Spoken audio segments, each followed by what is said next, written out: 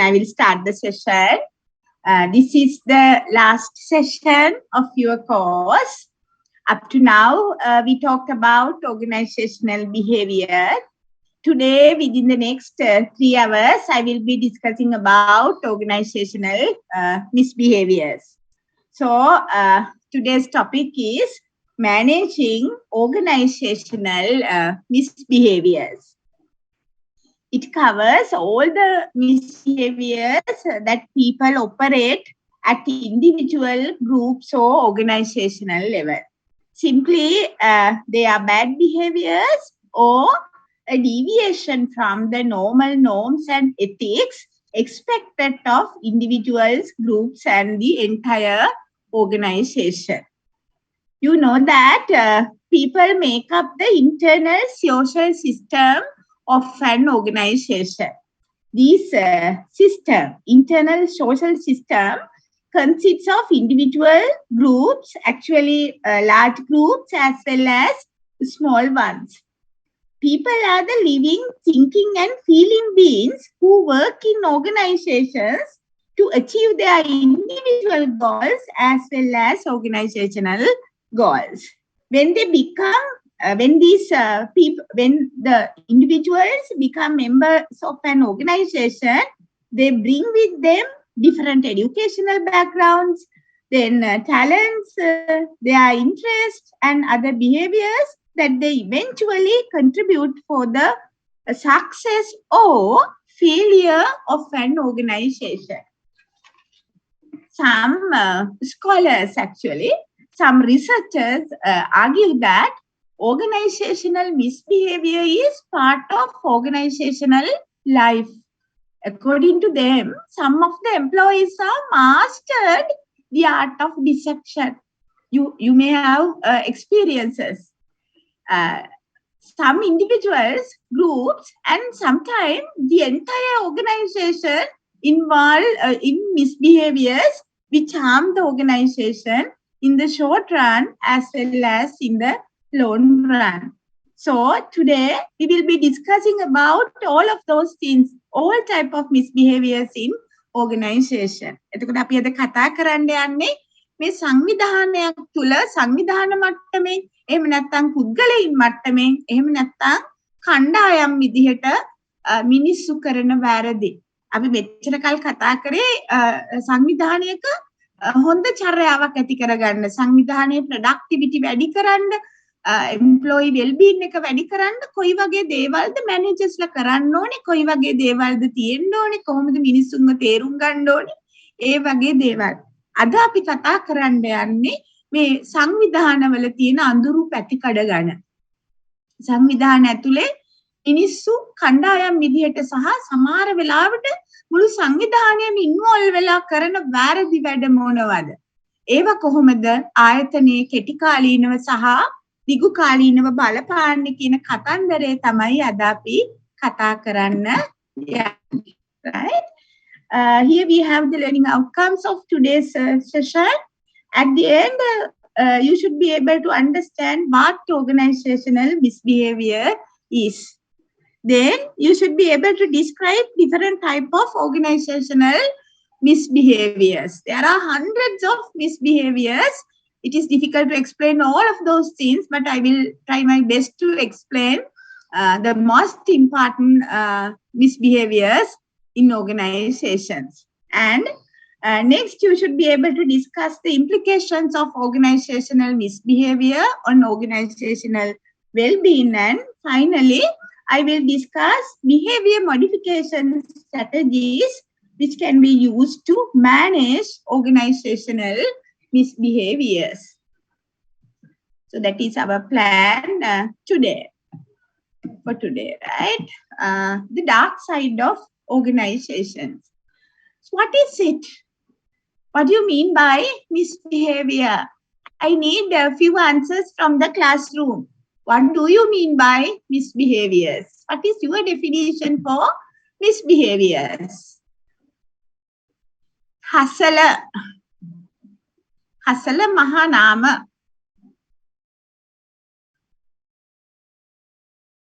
Are you there in the class? Madam, behaviors which are beyond the expected and ethical behaviors of the organizations. Yes, correct, Kavinda. Yes, Kavinda, that is correct. What about others? Yes, Hasala, are you there in the classroom?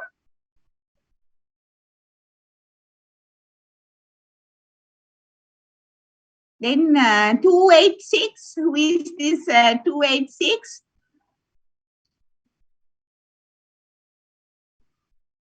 Hello?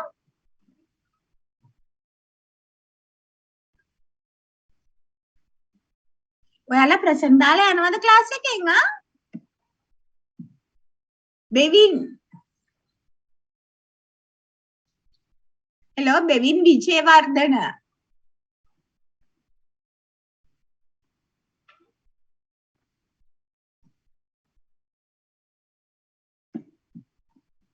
Yes, Hasala. What is your answer? Yes. What do you mean by misbehaviors?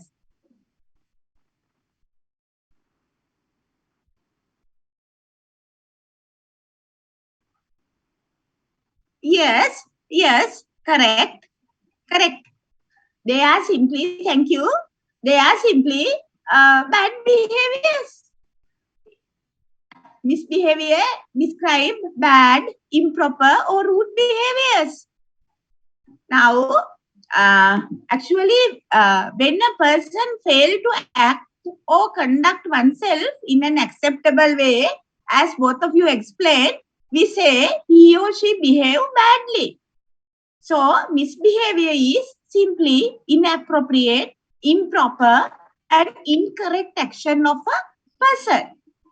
For example, what are the misbehaviors in schools, right? Now, sometimes students behave badly, in a bad way, right? Can you give me a few examples for misbehaviors which can occur within a school? Madam, fighting with other students? Yes, very good. Fighting with other students. Yes. What about others? Damage the school property. Yes, very good. Damaging school properties. Yes. Taking short leave if they take, you mean students? Leaving the school, right. Leaving the school early. Yes, yes, very good. Good. Two more misbehaviors.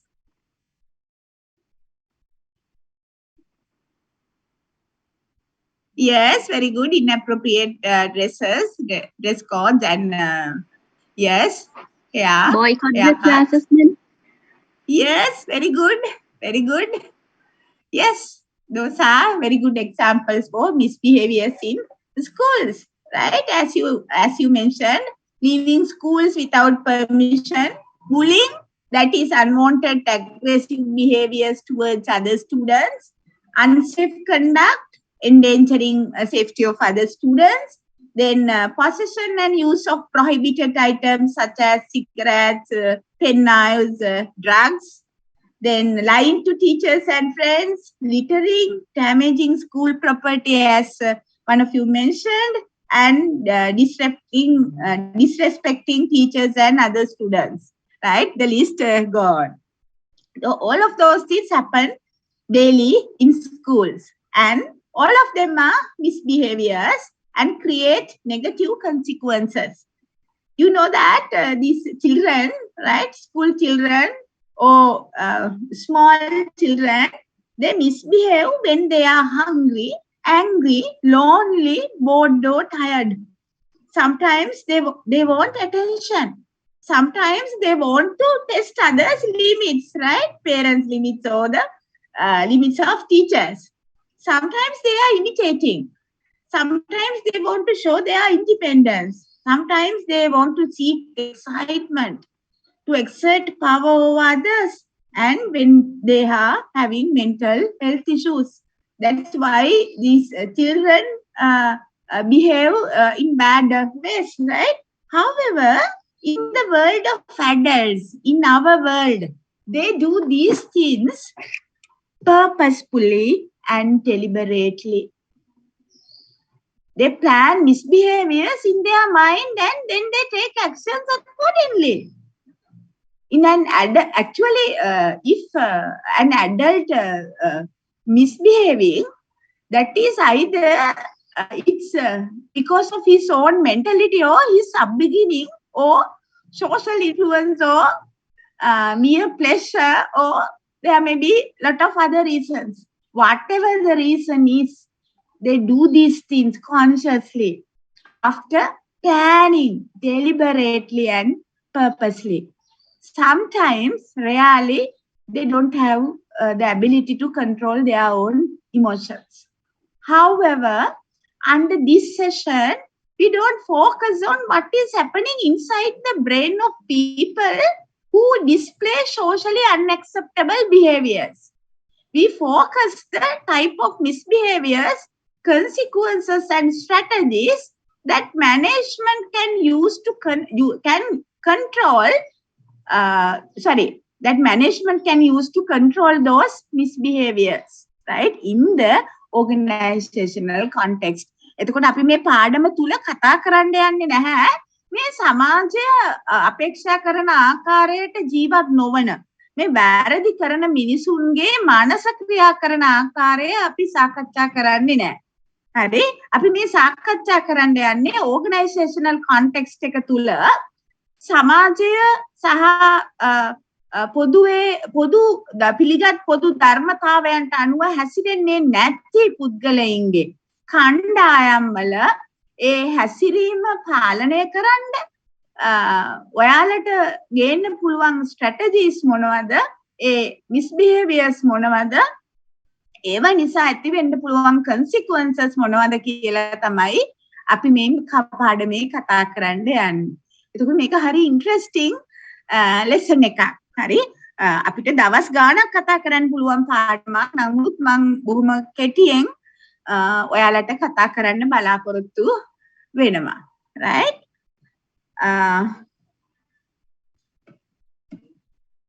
Why does studying organizational behavior matter?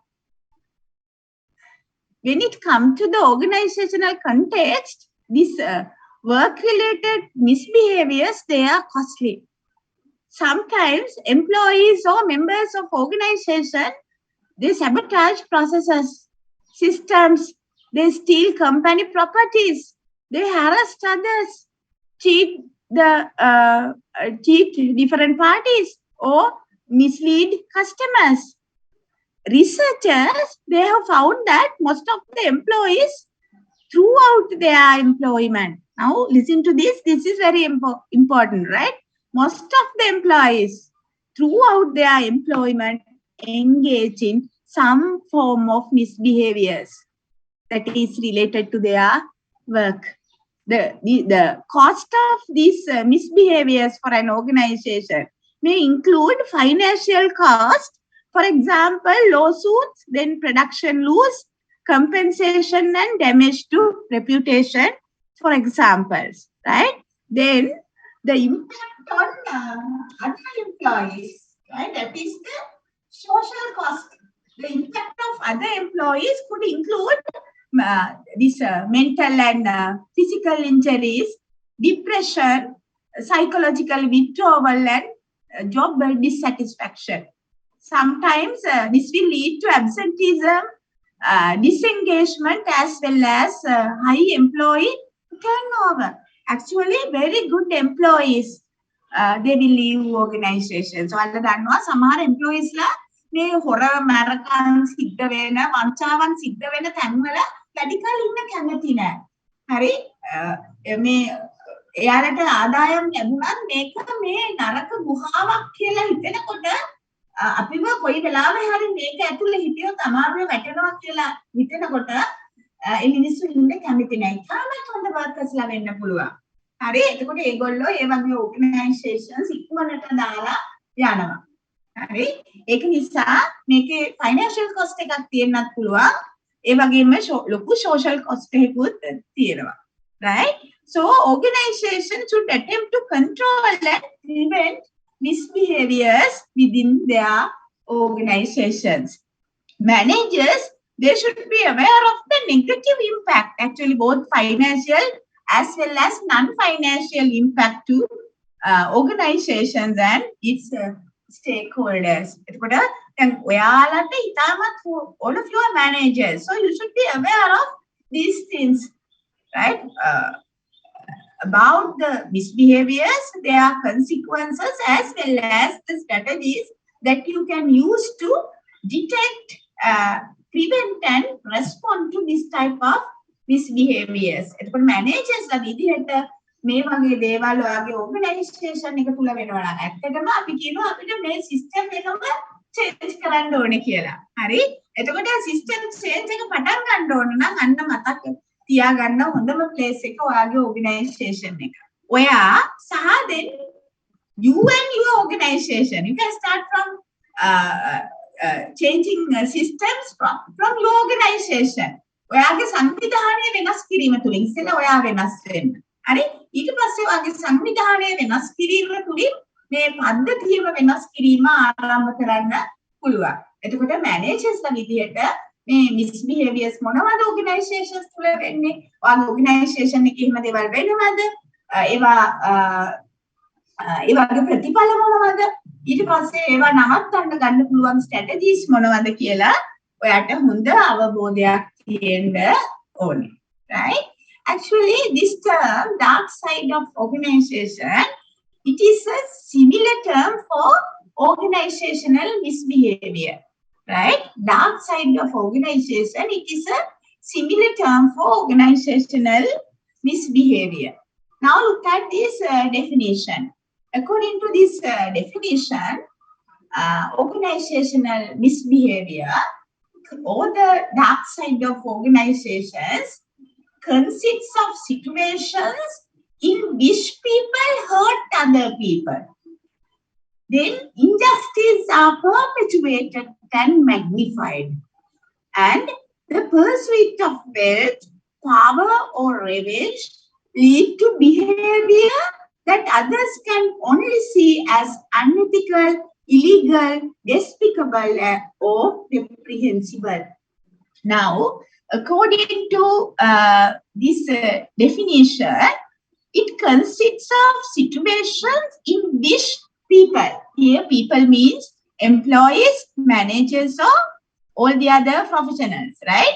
In which people hurt other people physically or emotionally. And when unfair, unjust practices are continued indefinitely and glorified,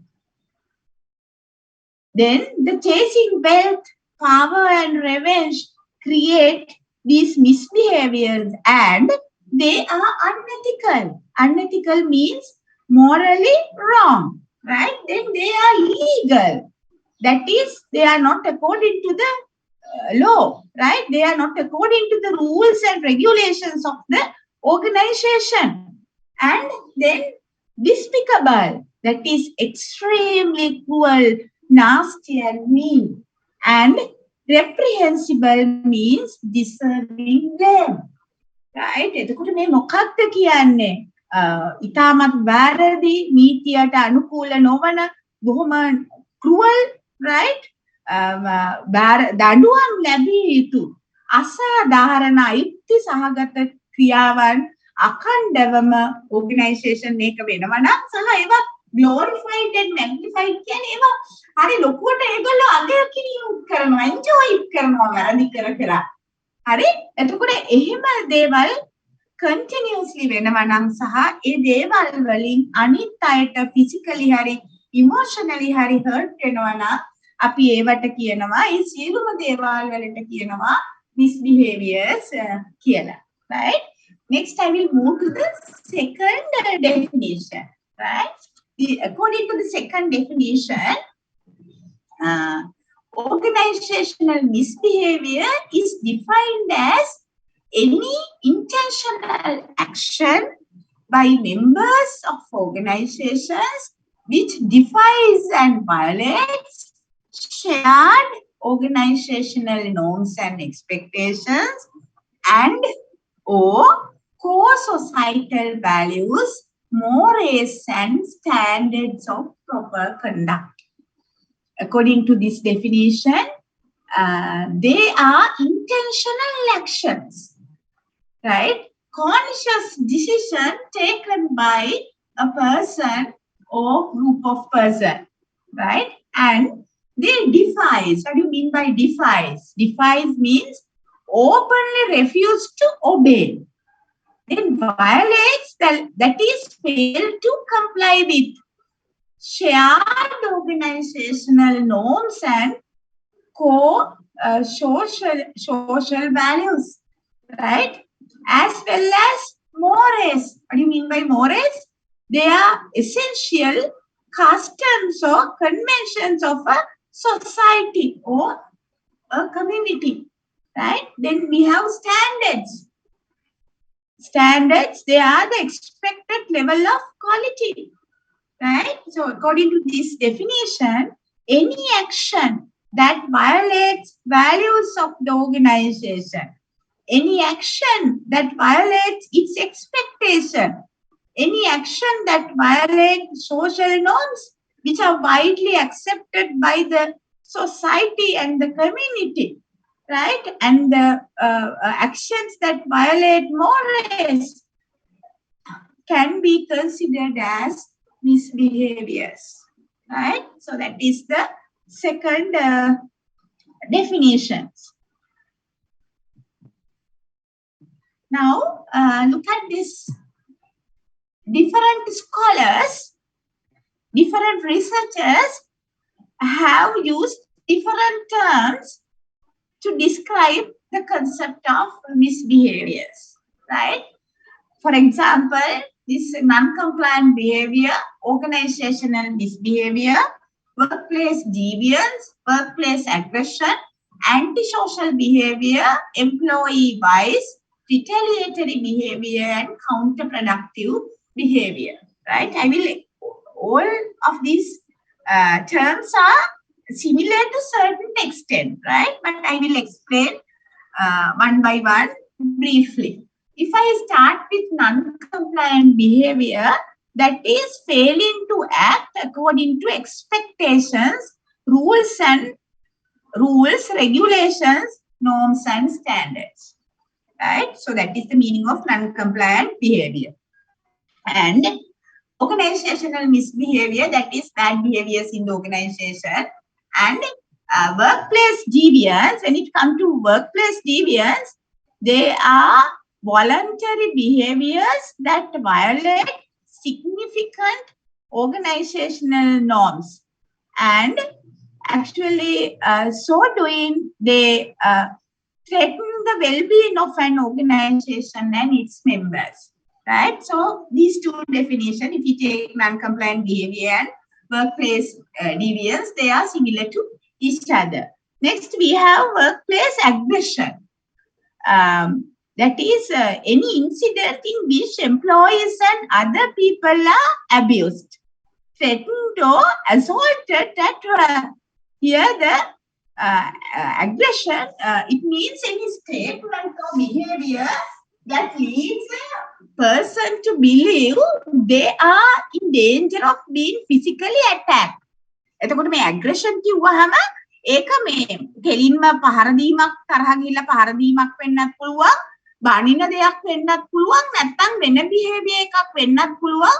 යම්කිසි පුද්ගලයෙකුට හැගෙනවා නම් එයාගේ life එක හරි එයාගේ future එක හරි තර්ජනයට ලක් වෙලා තියෙනවා කියලා ඒ ඕනම දෙයක් මේ workplace aggression එක යටතේ වැටෙනවා.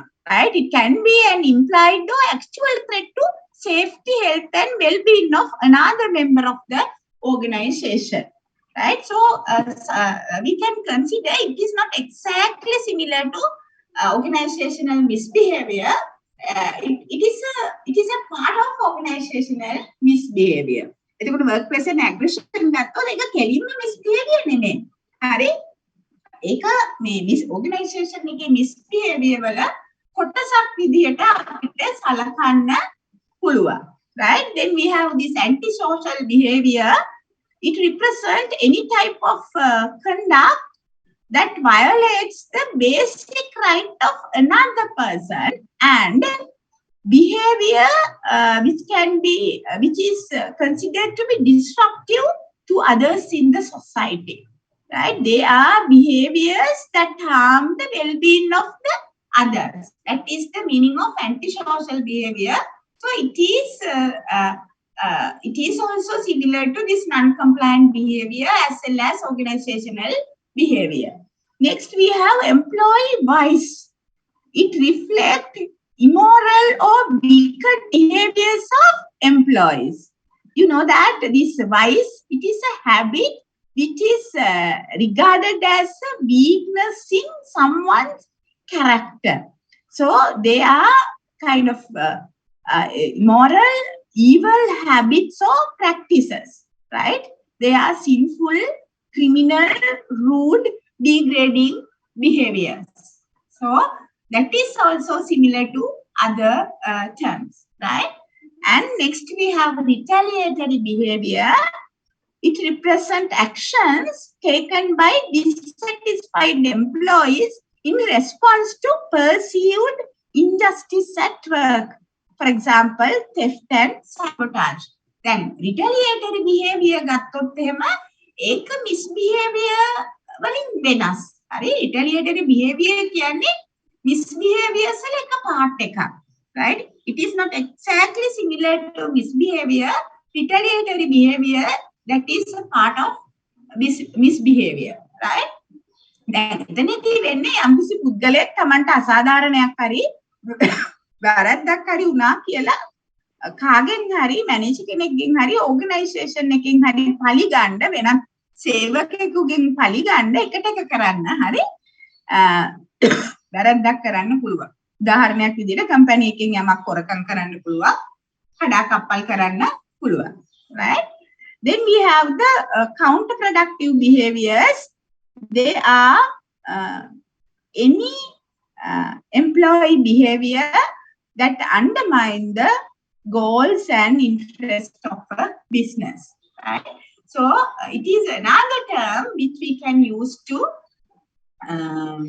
explain or discuss behaviors in organizations, right? Here we have different scholarly terms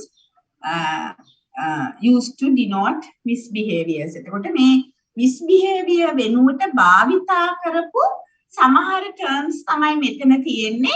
ඒ වගේම සමහර ඒවා ඇත්තටම misbehavior කියන ඔක්කොම represent වෙනවා. සමහර ඒවා misbehaviors වල parts බවට පත් වෙනවා. හරි, සමහර ඒවා exactly similar. සමහර ඒවා එහෙම සමාන නැහැ. සමහර sections විතරක් reflect වෙනවා. හරි, එතකොට ඒක මතක තියා ගන්න. right? Actually, based on this, right? No, I will move to the next one, right? That's all about that slide. Now, as I explained earlier, there are different intentions of misbehaviors, right? According to this Waits and Vardy, there are three main intentions for misbehaviors in organizations. They have identified large number of misbehaviors in workplaces and categorized them under these three intentions. First one is benefit the self. Second one is benefit the members employing organization as a whole. And the third one is inflict damage and to be destructive. Next, I will explain these intentions one by one, right? We will start from benefit the self, right? They are the misbehaviors that are intended to benefit self. These are actually, they are usually internal to the organization and usually victimize the employing firm or the members of the organization. These behaviors may have three categories of internal targets. First one, the work itself. For example, distorting data. Then benefit the self කියන්නේ තමන්ට වාසි ලබා ගන්න මිනිස්සු කරන වැරදි. හරි? මේ employees ලා වෙන්න පුළුවන්, managers ලා වෙන්න පුළුවන්, වෙන professional කෙනෙක් වෙන්න පුළුවන්. තමන්ට පෞද්ගලික වාසි ලබා ගන්න එයාලා සංවිධානය තුල කරන වැරදි තමයි මේ benefit the self කියන category එකට වැටෙන්නේ. For example, actually distorting data, right? The second one is organizational property such as resources. දැන් මේ තමන්ට වාසි ගන්න මේගොල්ලෝ එක එක කට්ටියව ටාගට් කරනවා. හරි පළවෙනි එක යාළුවගේ වැඩ, යාළුවා කරන වැඩ. හරි එතකොට සමහර වෙලාවට මොකක් හරි තරහකින්ද තමන්ගේ data විනාශ කරන්න පුළුවන්. එහෙම නැත්නම් change කරන්න පුළුවන් මොකක් හරි වාසියකට. අනේ හරි නෑ අනේ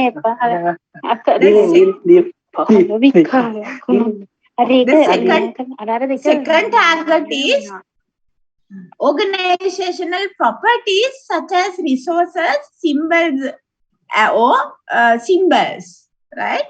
For example, stealing and selling manufacturing secret. The second target, that is organizational properties, resources, symbols or any other thing, right? For example, stealing and selling manufacturing secret.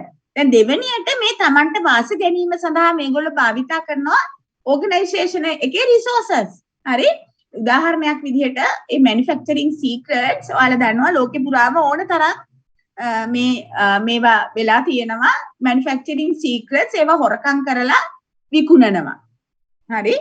එහෙම competitors ලා තමන්ගේ spies ලා හරි ඔත්තුකාරයෝ අනිත් organizations ඇතුළට දාලා තියාගෙන ඉන්නවා ඒවා හොරකම් කරන්න. හරි? එතකොට මේ සල්ලි වලට මේවා විකුණන ඕන තරම් මිනිස්සු ඉන්නවා workers ලා. Right? This is another misbehavior, right? Third one is other members. These people, they targeted other members of the organization. මේ තමන්ට වාසි ලබා ගන්න අනිත් මිනිස්සුන්ව භාවිතා කරන අවස්ථා තියෙනවා. Right? For example, harassing others. Right? An exception is a behavior by a member that appears to benefit the organization. For example, overcharging customers. දැන් සමහර වෙලාවට organization එකට ලාභ ගන්න කියලා customers ලගෙන් වැඩිපුර charge කරනවා. හරි? එතකොට කාට හරි කියන්න පුළුවන් මේක තමන්ට නෙමෙයි ලාභ එන්නේ කියලා. ඇත්තටම අන්තිමට තමන්ටත් මොකක් හරි විදිහේ benefit එකක් එනවා. Right? Actually, it in fact intended to eventually benefit the individual. Right? For example, gaining a promotion. එතකොට ඔයා මේ customers ලට overcharge කරලා ඔයාගේ sales වැඩිපුර පෙන්නලා profit වැඩි කරගෙන ඒකෙන් ඔයාට වාසියක් ගන්න එක බලාපොරොත්තු වෙන්න පුළුවන්. හරි? එතකොට ඔය first එක තමන්ට වාසි ලබා ගැනීම සඳහා එක එක පාර්ශවයන් organization එක තමන් කරන වැඩ organization එකේ properties සහ අනිත් අයට හානි කරලා තමන්ට වාසි ගන්න පුළුවන් වැඩ කරන්න පුළුවන්. ඒ සියල්ලම misbehaviors වෙනවා. Then I will move to the second category, right?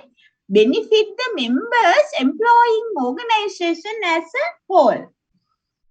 Now, it includes misbehaviors that are primarily intended to benefit the members employing organization as a whole. That is, benefit to all the members of the organization, right? It will bring benefits to the whole organization. For example, falsifying records or offering bribes in order to improve chances of obtaining a contact for the organization. ඔයාලා දන්නවා මේවා ඔයාලාගේ organizations වල ඔයාලා කරනවද නැද්ද කියලා දන්නේ නැහැ. නමුත් උග organizations වල මේ contracts දෙනකොට ඒවා bribes වලින් තමයි දෙන්නේ. හරි? කොමිස් ඉල්ලනවා. දැන් මේ දවස්වල මේ මම දේශපාලනේ මේකට ගාව ගන්නේ නැහැ. නමුත් ඔයාලා අහන්න නැති හැම ප්‍රොජෙක්ට් එකකටම 10% කොමිස් ගන්නවා උඩින්ම රටේ টොප් එකේ ලීඩර්ස්ලා. හරි? ඊට පස්සේ පල්ලහැට ඔකේ කොමිස් වැඩිලා එනකොට අන්තිමට මේ රටට එන බෙනිෆිට් එකක් නැහැ. හරි? එතකොට මේ මුළු ඕගනයිසේෂන් එකටම මේ බෙනිෆිට්ස් ගන්න අපේ ඕගනයිසේෂන් එකට කොන්ට්‍රැක්ට්ස් ගන්න අපි බ්‍රයිබ්ස් දෙනවා. හරි වෙන කම්පැනි එකකට බ්‍රයිබ්ස් දෙනවා අපිට මේක දෙන්න මේ කොන්ට්‍රැක්ට් එක. හරි එහෙම නැත්නම් අපි අපේ වැරදි ડોකියුමන්ට්ස් හදන්න පුළුවන් අපිට වාසි ගන්න. එතකොට මේ ඕවරෝල් බෙනිෆිට් එක ඔක්කොම මෙම්බර්ස්ලාට එනවා ඒ ඕගනයිසේෂන් එකට තමයි එන්නේ. Right? Here the victims are external parties such as other organizations, social institutions, maybe the general public or the customers. එතකොට මේකෙන් හානිය වෙන්නේ මේ ඕගනයිසේෂන් එකටම වාසි ගන්න විදිහේ මිස්බිහේවියර් එකක් සිද්ධ වෙනකොට මේවා මැනේජර්ස්ලා දැනුවත්. හරි මම හොඳටම එක්ස්පීරියන්ස් කරලා තියෙනවා. මම දන්න টොප් මැනේජර් කෙනෙක් එක දවසක් මං ගිය වාහනේම බ්‍රයිබ්ස් දෙන්න ගියා සර්ටිෆිකේට් එකක් ගන්න මේ එක බොහොම පිළිගත්ත ප්‍රොෆෙෂනල්ස්ලා ඉන්න ආයතනයකට. හරි එතකොට මේ ඕගනයිසේෂන් එකට බෙනිෆිට් ගන්න. හරි එතකොට සමස්ත ආයතනයටම තමයි එන්නේ මේ ලීඩර්ස්ලා මැනේජර්ස්ලා දැනුවත්ව තමයි මේ වැරද්ද කරන්නේ. හරි එතකොට මම මේ ඔයාලට කිව්ව එක්සැම්පල් එක තමයි ඇත්තට ටූත් බ්‍රෂ්. හරි දැන් ටූත් බ්‍රෂ් එක මේ යන්නේ කටටනේ. හරි එතකොට ඒක වැටෙන්නේ ෆුඩ් කැටගරි එකට. හරි එතකොට ෆුඩ් කැටගරි එකට මේ යන වැටෙන ආහාර නිෂ්පාදනය කරනකොට කෙස් ගහක්වත් එන්නේ නැති විදිහේ ඒ ක්වොලිටි විදිහට ක්වොලිටි මේන්ටේන් කරන්න ඕනේ. එතකොට ලංකාවේ එක ආයතනයක් තියෙනවා. මේ ආයතනයෙන් පරීක්ෂකවරු ගිහිල්ලා ඒව පරීක්ෂා කරලා ඒක සුදුසුයි කියලා සර්ටිෆිකේට් එකක් දුන්නාම තමයි මම කියනකොට ඔයාලා දන්නවා ඇති ඒ ප්‍රොඩක්ෂන් එක වෙළඳපොළට දාන්න පුළුවන්. හරි එතකොට මේ සර්ටිෆිකේට් එක ගන්න. හරි ඒගොල්ලන් එයා කියන විදිහට කොච්චර හොඳට කරා සර්ටිෆිකේට් එක ගන්න ගෙවන්න ඕනේ.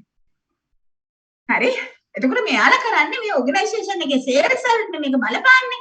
ඒ හින්දා යාලා අල්ලස් ගෙවනවා. ඒවා බඩු වලින් ගෙවනවා, පුටු වලින් ගෙවනවා, සෙටි එකක් ගෙවල් වලට යවනවා. ඒ වගේ දේවල් වලින් මේ මිනිස්සු අල්ලස් දීලා මේ සත්‍තික ගන්නවා. අන්තිමට ඒවා යන්නේ අපේ බාඩට. හරි කස්ටමර්ස්ලා තමයි මේකෙන් විනාශ වෙන්නේ පාරිභෝගිකයෝ. හරි එතකොට දැන් මම මේක කියනකොට ඔයාලට 100 ගාණක් එක්සැම්පල්ස් එන්න පුළුවන්. හරි දැන් මේ I will give more examples later, right? So those are that categories benefit here under this category the whole organization receive the benefits, right? The entire organization involved in misbehavior. මුළු organization එකම ලොකුයි දන්නේ නැහැ කියන්න බෑ. මේ වගේ involve වෙනවා, right? Third intention is inflict damage and to be destructive. Victims of these behaviors could be both internal and external parties. Here, the intention is to hurt others or the organization. For example, sabotaging company-owned equipment, destroying organizational resources. Such intentional behaviors may be perpetuated by members either on their own violation or by actually groups, right? Then සමහර වෙලාවට මේ පලිගන්න හරි මේ පලිගැනීම සඳහා මේවා ක්‍රියාත්මක කරනවා. සමහර අය මේවා අඛණ්ඩවම සිද්ධ කරනවා. හරි සමහර වෙලාවට තමන්ම මේවා violate කරනවා. Sometimes they do these things on behalf of the others, such as interfering with organizational operations to comply with the union's expectations. සමහර වෙලාවට unions වල අපේක්ෂාවන් ඉටු කරන්න organization එකේ operations වලට බාධා කරනවා. ඒ ඔයාලට මතකද දන්නේ එක සැරයක් ඔය electricity board එකේ strike එකක් වෙලාවදී මේ ඒගොල්ලන්ගේ ඒ ඩිමාන්ඩ්ස් මීට් කරේ නැහැ ගවර්න්මන්ට් එක. හරි ඒකේ ප්‍රතිඵලයක් විදිහට ඒගොල්ලොම හරි මේකේ වර්කර්ස් ළම ට්‍රාන්ස්ෆෝමර් එකක් කැඩුවා. මට මතකයි. හරි දැන් සෑහෙන කාලයකට ඉස්සෙල්ලා ඒ තමන්ගේම ඕගනයිසේෂන් එකේ ප්‍රොපර්ටිස් ඒගොල්ලෝ විනාශ කරා තමන්ගේ ඉල්ලීම් ලබා ගන්න. එතකොට අර ගෲප් එකක් එක්ක එකතු වෙලා මේ කරන්නේ.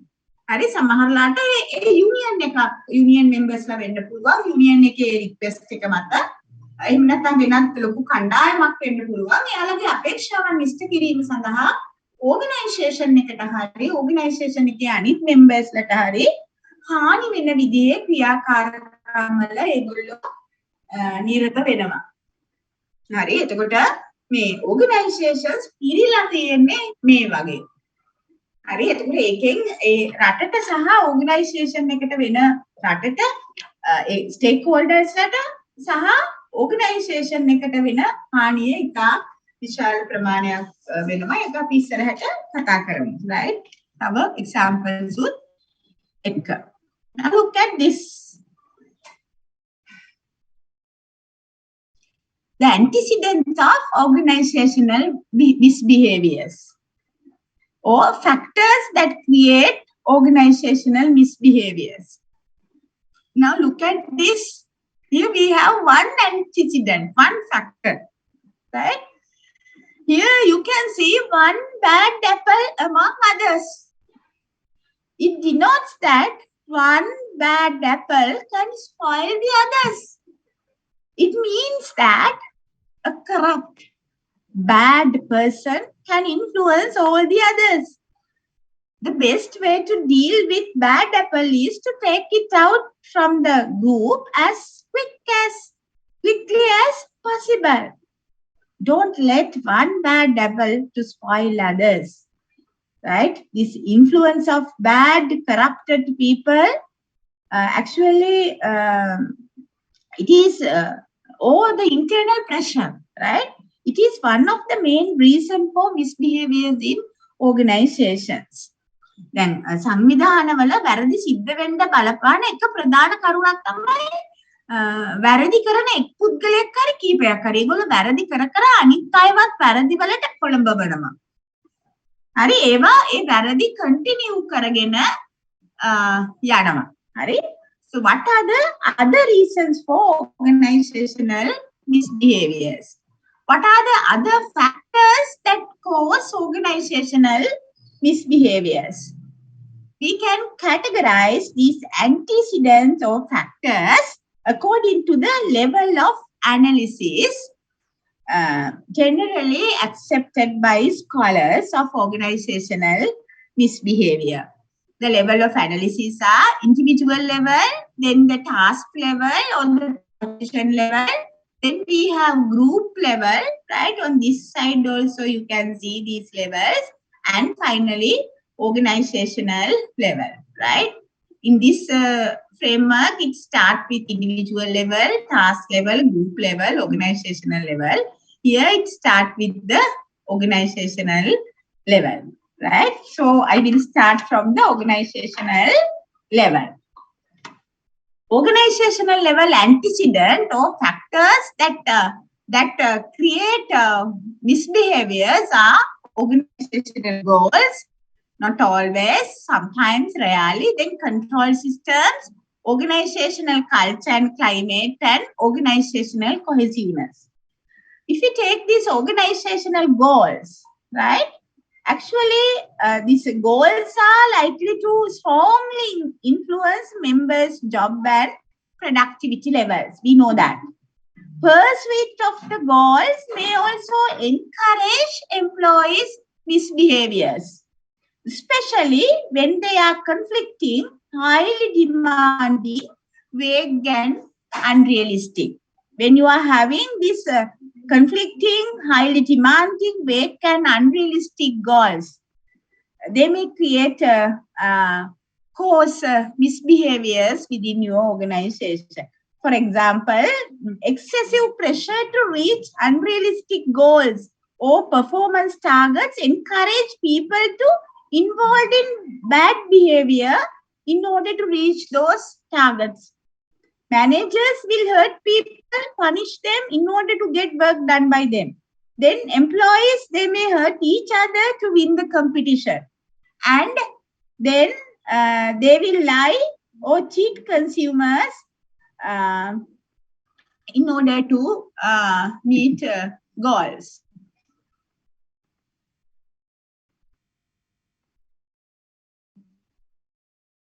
Yes, one of the student has mentioned that though organizations has dark side, the people who are in top level management accept that dark side in favor of the people with dark side showcasing the bias. This is the main issue in Sri Lanka. Yes, that is true, right? I accept it. That is why we want to change the whole system. Right? From top to bottom, we have to change. උඩ ඉඳලා පල්ලහැට යනකම්ම සියලුම දෙනාව change කරන්න ඕනේ මේවා නවත්තන්න නම්. හරි? උඩ ලීඩර්ස්ලාව මැනේජර්ස්ලා ඒවා එන්කරේජ් කරනවා නම් අපිට යටින් මුකුත් බලාපොරොත්තු වෙන්න බෑ. හරි? ඒක තමයි ඒ ස්ටුඩන්ට් කිව්ව විදිහට ඒක තමයි ප්‍රධාන රීසන් එකක් වෙන්නේ අපේ රටේ හදන්න බැරි. හරි අපේ ඔර්ගනයිසේෂන්ස් හදන්න බැරි. මේ ලීඩර්ස්ලා টপ මැනේජර්ස්ලා ඒවා ඒගොල්ලෝ ඉන්වෝල්ව් වෙලා තමයි ඔර්ගනයිසේෂන්ස් වල මේ දේවල් වෙන්නේ. හරි ඒකයි මම ඉස්සෙල්ලා කිව්වේ මේවා ග්ලෝරිෆයි කරනවා කියලා සමහර වෙලාවට. ඒවා එන්ජොයි කරනවා. right? Right. එතකොට අපි we were talking about how goals create misbehaviors, right? එතකොට මේ බොහොම competitive goals achieve කරගන්න ගියාම මිනිස්සු ඒ අනිත් අයට hurt කරමින් තමන්ගේ ඉලක්කවලට යනවා. managers-ලා subordinates-ලාට hurt කරනවා එයාලා targets වලට යන්න. එතකොට මේ සමහර අය cheat කරනවා targets වලට යන්න. එතකොට goals උත් මිනිසුන්ගේ misbehaviors වලට යොමු කරන්න පුළුවන්. Right? The second organizational factor is control systems. Actually, lack of control systems, such as performance appraisal, reward system, then disciplinary systems, and especially monitoring arrangement will lead to misbehaviors within organizations. Organizations should have systems to monitor performance of employees and their behaviors. Organizations should have fair control systems to take disciplinary actions against people who misbehave within organization. Right? That is about control system. The lack of control system cause or create misbehaviors. So organizations should have systems, right? To control systems to detect, respond, and to prevent this kind of things, right? The third one is organizational culture and climate. Now you know the meaning of organizational culture. Some organizational cultures, they are full of harassment, then discrimination and destructive workplace conducts. They don't trust each other. Managers also behave unethically. These misbehaviors can be observed right across all the hierarchies. Actually, some organizations, they promote such behaviors. Some cultures, they promote high productivity or achieving organizational targets at any cost. ඒක මතක තියාගන්න මොකක් කරලා හරි යාළගේ වැඩේ කරගන්න තමයි බලන්නේ. ඒකයි මම අර ඔයාලට කිව්වේ මේ bribes දීලා හරි certificate එක ගන්න තමයි බලන්නේ. හරි? ඉතින් ලංකාව මේ විනාශ වෙලා තියෙන්නේ අද දවසේ. හරි?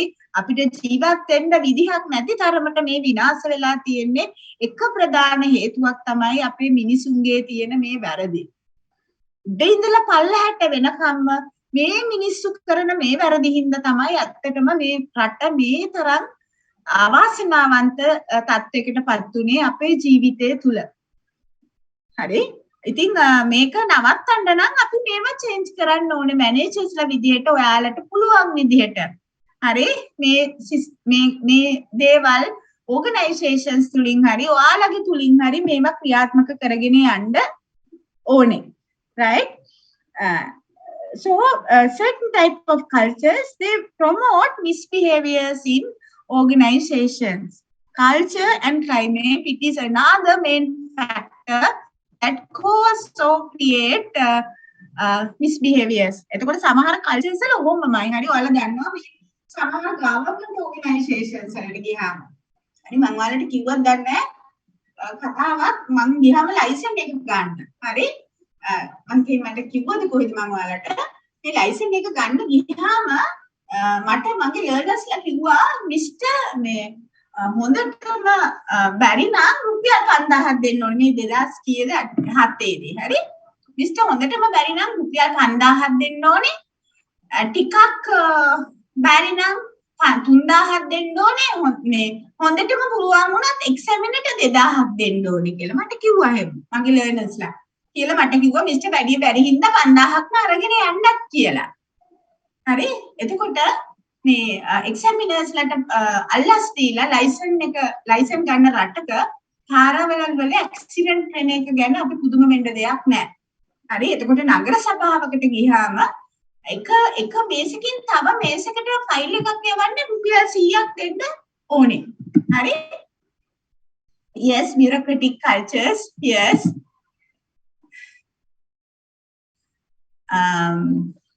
එතකොට මේ ෆයිල් එකක් එක මේසකින් තවත් මේසයකට යවන්න අල්ලස් දෙන්න ඕනේ. කොහොමද එකට එකතු වෙලා අල්ලස් ගන්න? අල්ලස් බෙදා ගන්නවා. ඩිපාර්ට්මන්ට් වල කට්ටිය. හරි. ඔයාලා මේව එක්ස්පීරියන්ස් කරලා ඇති. හරි. ඉස්සරහට මගේ ගෙදර මං ඇත්තට එක තට්ටුවක් හදනකොට හදන්න ඉස්සර වෙලා මේ ප්ලෑන් එක අනුමත කරන්න දැම්ම නගර සභාවට. එතකොට නගර සභාවේ කවුරුවත් නෙමෙයි මේක අනුමත කරන මේ ඉන්නවනේ කවුද ඉංජිනේර්ස්ලා නෙමෙයි ඒගොල්ලන්. හරි.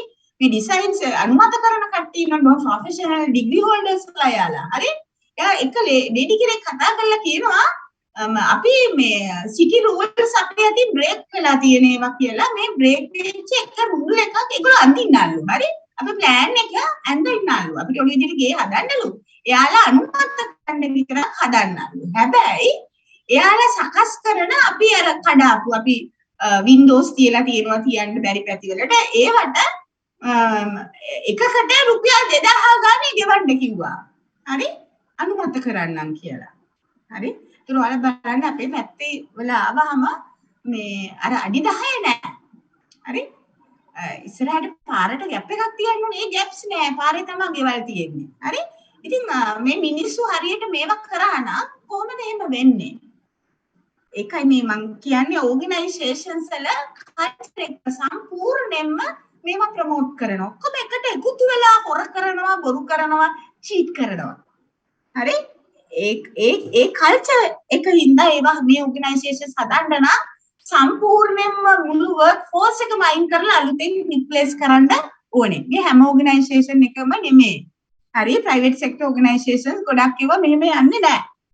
හරි ඒවා මොකද මේ ඒ වගේ තියෙන වැරදි කරනවා ඇති නමුත් මේ සමහර ගවර්න්මන්ට් සෙක්ටර් ඒ වගේ මේ අල්ලස් බ්‍රයිබ්ස් ගන්නෙ නෑ මොකද ප්‍රයිවට් සෙක්ටර් ඕගනයිසේෂන්ස් වලට ඒවත් එක්ක වැඩි සර්වයිව් වෙන්න බෑ හරි ඉතින් ඒකින්ද වැඩිම අපිට මේ පබ්ලික් සෙක්ටර් ඕගනයිසේෂන්ස් වල තමයි මේව දකින්න හම්බ වෙන්නේ right that is the third factor organizational culture and climate. Next, next factor is organizational cohesiveness, right? So, what do you mean by cohesiveness? It is the degree of social bonding. In a very cohesive work environment, the pressure to adhere to norms of work, they are especially high, right? So, the cohesiveness may affect behaviors, may affect negatively or positively, right? Since we talked about misbehaviors, cohesiveness, right? Group cohesiveness, it may affect negatively. දැන් මෙතනදී කියන්නේ වැරදි කරනකොට දැන් මේ group එකේ හරිම එකට බැඳිලා නම් cohesiveness කියන්නේ ඒ එකට තියෙන බැඳීමනේ හරි එකිනෙකට කොච්චර බැඳිලාද කියලා. එතකොට මේ බැඳීම වැඩි වෙනකොට මේ ඒකෙන් ඉවත් වෙන්න බෑ. හරි අනිත් අය වැරදි කරාත් ඒකත් එක්කම ඉන්න වෙනවා. හරි එතකොට ඔයා වැරදි වලට කැමති කෙනෙක් නොවුනත් හරි ඔයාට මේ ගෲප් එකට තියෙන බැඳීම නිසා ඒවා ඉවසා දරාගෙන ඉන්න වෙනවා ඒවට අනුබල දෙමින්. හරි එතකොට අපි ඔය politicians ලා ගත්තත් සමහරු ඉන්නවා ඔය ASCII අපි ඔක්කොම හොරු කිව්වට හොරකම් කරන්නේ නැති එක්කෙනෙක් දෙන්නෙකුත් ඉන්නවා. හරි නමුත් ඒවා ඒගොල්ලෝ අර එක මුතුගම ඒවා රකින්න බොහොම නිහඬව ඉන්නවා එකක් වරද්දක්. හරි ඒකත් වැරද්දක්. ඒකට මේ cohesiveness උනත් misbehaviors වලට උදව් කරන්න පුළුවන්. right? Next I will move to the group level antecedents, group level factors that create misbehaviors. First one, internal pressure. It is the influence of a group on an individual. This pressure can be constructive or destructive. දැන් group එකකින් එන pressure එක ඔයා දන්නවා අපි ඒක කතා කරන්න ඕනේ අපි කණ්ඩායමක සමාජිකයෝ වෙනකොට අපිට positive ඒවා ලැබෙන්නත් පුළුවන් ඒ වගේම negative ඒවා ලැබෙන්නත් පුළුවන්. අපිව හොඳ පැත්තට තල්ලු කරන ඒවා වෙන්නත් පුළුවන් අපිව නරක පැත්තට තල්ලු කරන ඒවා වෙන්නත් පුළුවන්. Right? These researchers, they have proven that internal group pressure may lead to individuals to behave in a way that they do not usually do.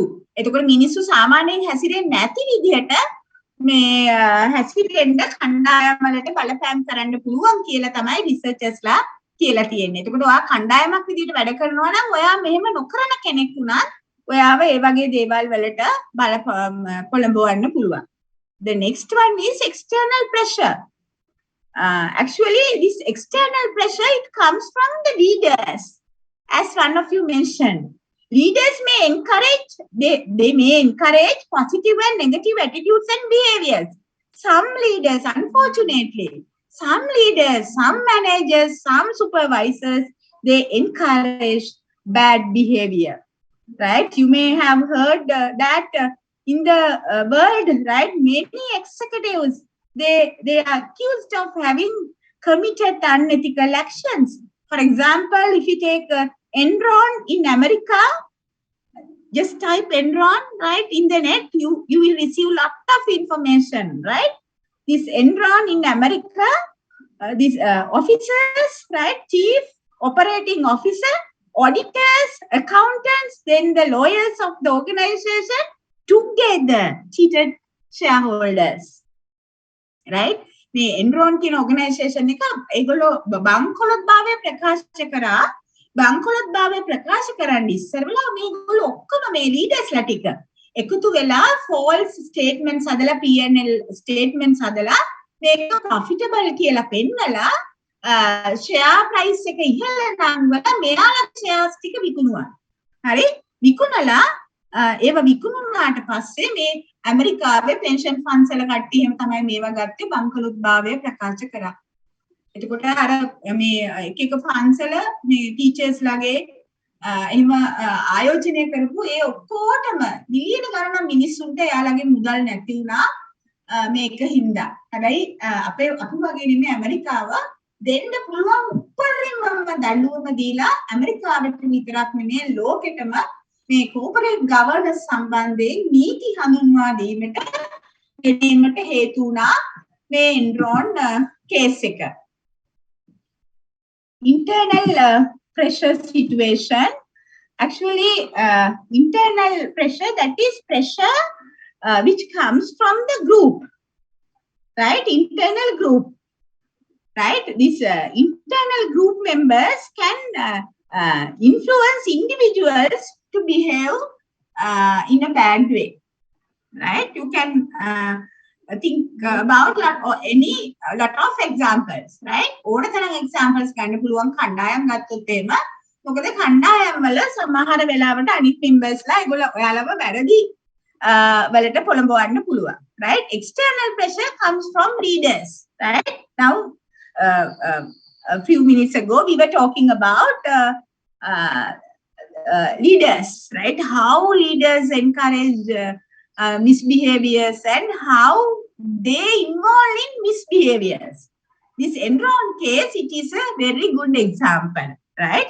These chief officers, executive officers, auditors, accountants, then the lawyers of the organization, all of them together cheated shareholders, right? As a result of that, the world received a lot of rules and regulations in order to control the behavior of auditors, accountants, lawyers, and the officers. දැන් ඔයාලා corporate governance කියලා ඔය ඉගෙන ගන්න බොහෝ නීති රීති හඳුන්වලා දුන්නේ මේ එන්ඩ්‍රෝන් කේස් එකේ සිද්ධියෙන් පස්සේ.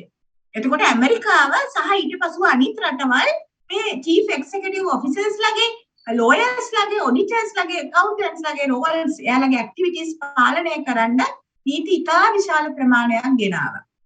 හරි ඒ ගෙනාවේ මේගොල්ලෝ එකට එකතු වෙලා අර organization එක විනාශ කරලා shareholders ලගේ ධනය නැති කරාට පස්සේ. Right? Another example is this Bernie Ebbers, as I remember, the former CEO of WorldCom, right? He was hailed as a great leader for growing the company into a telecommunication superpower. However, he was later discredited for his failure to provide moral leadership as this WorldCom became involved in financial scandals, right? That resulted in one of the largest bankruptcy in the US history.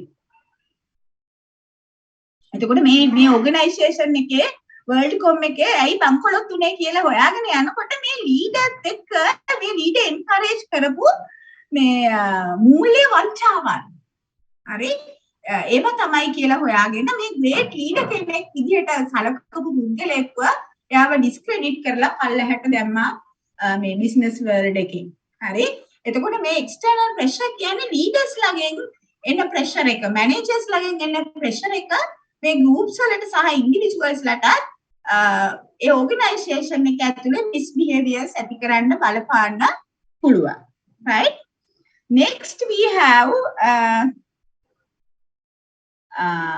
this task level antecedents right most jobs are you know that most jobs are designed so that they include some built-in opportunity to take advantage of or misuse various organizational resources. Those opportunities are built in within the job, right? For example, if I take my job, right? The job of lecturers, we don't have tight time limitations to work such as 8 to 4, right? We don't have to sign. Within this job, we have the freedom to use our our time meaningfully, right? ඒකයි අපිට දීලා තියෙන්නේ අපේ වෙලාව බොහොම meaningful විදිහට අපේ රස්සාවට යොදන්න තමයි මේ නිදහස දීලා තියෙන්නේ. හැබැයි ප්‍රශ්නේ තියෙන්නේ හැමෝම එහෙම කරනවද? හරි මම සයින් කරන්න ඕනේ නැහැ උදේටවත් හවසටවත් මම කොයි වෙලාවකවත් මෙතන ඉන්න ඕනේ කියලා නැහැ.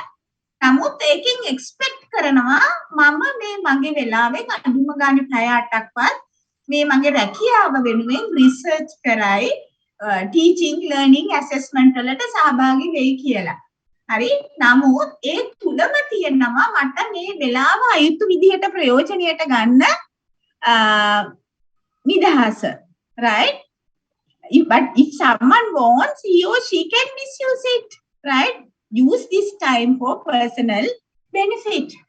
Some organizations, they use actually strict mechanisms to detect what their employees are doing at any given moment, while some organizations lack such system. එතකොට සමහර organizations තියෙනවා එයාලට පුළුවන් ඩිටෙක්ට් කරන්න එයාලගේ workers ලා දැන් මොනවද කරන්නේ කියලා. සමහර organizations වලට එහෙම නැහැ. හරි එතකොට එහෙම නැති organizations වල ඔයාලා දන්නවා මිනිසුන්ගේ nature එකම සමහර වෙලාවට ඒ culture එකත් එක්කන බලපාන්න පුළුවන් මිනිස්සු මේවා misuse කරන්න පෙළඹ වෙනවා. හරි අපේ culture එකේ නම් එහෙමයි. හරි ඒ හොඳ control mechanisms තිබ්බේ නැත්නම් ඒවා misuse කරනවා.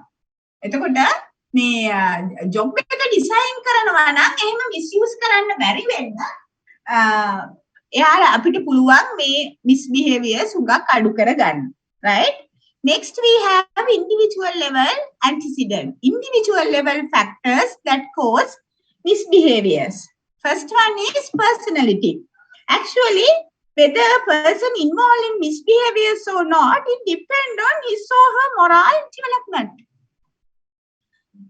Researchers, they have found that some individuals, they have tendency to be unemotional, are detached from conventional morality, and they are inclined to deceive and manipulate others. එතකොට මොකද්ද මේ රිසර්චර්ස්ලා කියන්නේ? එයාලා කියනවා සමහර අය ඇත්ත මේක. හරි එයාලට වැරදි කරත් එයාලට හැඟීමක් නැහැ. අපි වැරදි කරන්නේ කියලාවත් හැඟීමක් නැහැ. ඒගොල්ලෝ අන්ඉමෝෂනල්. හරි ඒ සාම්ප්‍රදායික සාරධර්ම වලින් ethics වලින් අයින් වෙලා ඉන්නේ. හරි එතකොට මේ හොර වැඩ කරන්න, රමට්ටන්න, මැනිපියුලේට් කරන්න කිරීම ගැන එයාලා ලැජ්ජාවටපත් වෙන්නේ නැහැ. right? Some of them they have psychopathic traits. ඒකට කියන වචනේ psychopathic, right? Psychopathic traits such as enduring antisocial behaviors, diminish empathy and remorse. Actually, they don't feel guilty or regret for wrong commitment.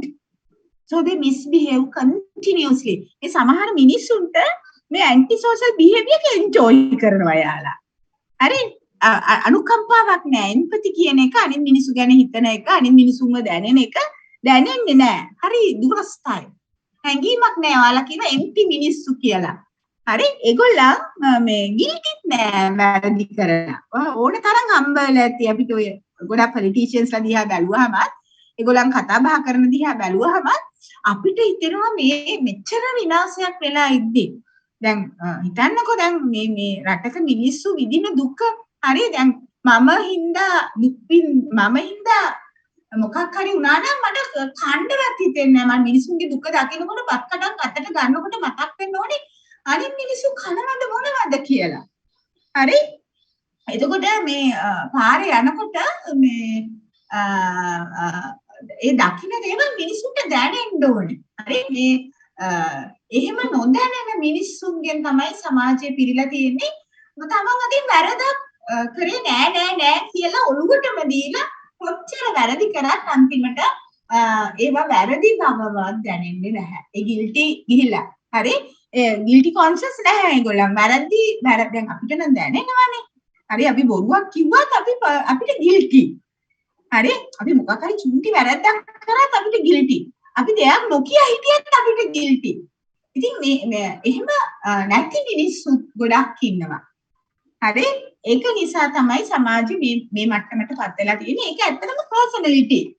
right? එක එක්කෙනාගේ පෞරුෂයන් සකස් වෙලා තියෙන ආකාරය. Next, attitudes. Next individual factor is attitudes.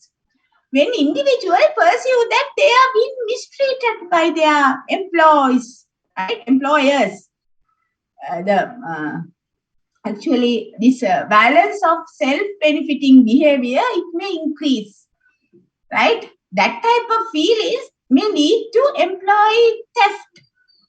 These researchers and scholars, they have found that employees who express aggressive or negative attitudes toward organization and their peers, they are much more likely to engage in misbehaviors.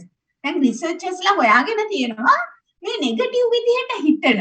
හරි organisation එක ගැන, එයාගේ සුපර්වයිසර්ස්ලා ගැන, එයාගේ කලීග්ස්ලා ගැන වැරදි ආකල්ප දරන. හරි ඒගොල්ලෝ ගැන නෙගටිව් විදිහට හිතන මිනිස්සු වැඩිපුර මේ මිස්බිහේවියර්ස් වල engage වෙන්න ඉඩ තියෙනවා කියලා රිසර්චර්ස්ලා හොයාගෙන තියෙනවා. එතකොට එයාලා මේ ඒ තමන්ගේ ආකල්ප මත නෙගටිව් ඇටිටියුඩ්ස් මත තමන්ට self benefiting misbehaviors වලට යොමු වෙනවා. හරි ඒක ඒ attitudes වල ලක්ෂණයක්. right? There are other individual level factors but we are not going to discuss them now. Right? Now here in this side you can see different type of behaviors. Right? On this side we have the antecedent or the factors that cause those misbehaviors, and from this side we have different type of misbehaviors.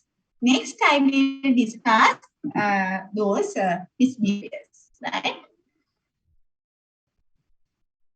Now look at this. Here we have intrapersonal misbehaviors, interpersonal misbehaviors, production misbehaviors, property manifestations, and political misbehaviors. If I start with the first one, intrapersonal misbehaviors,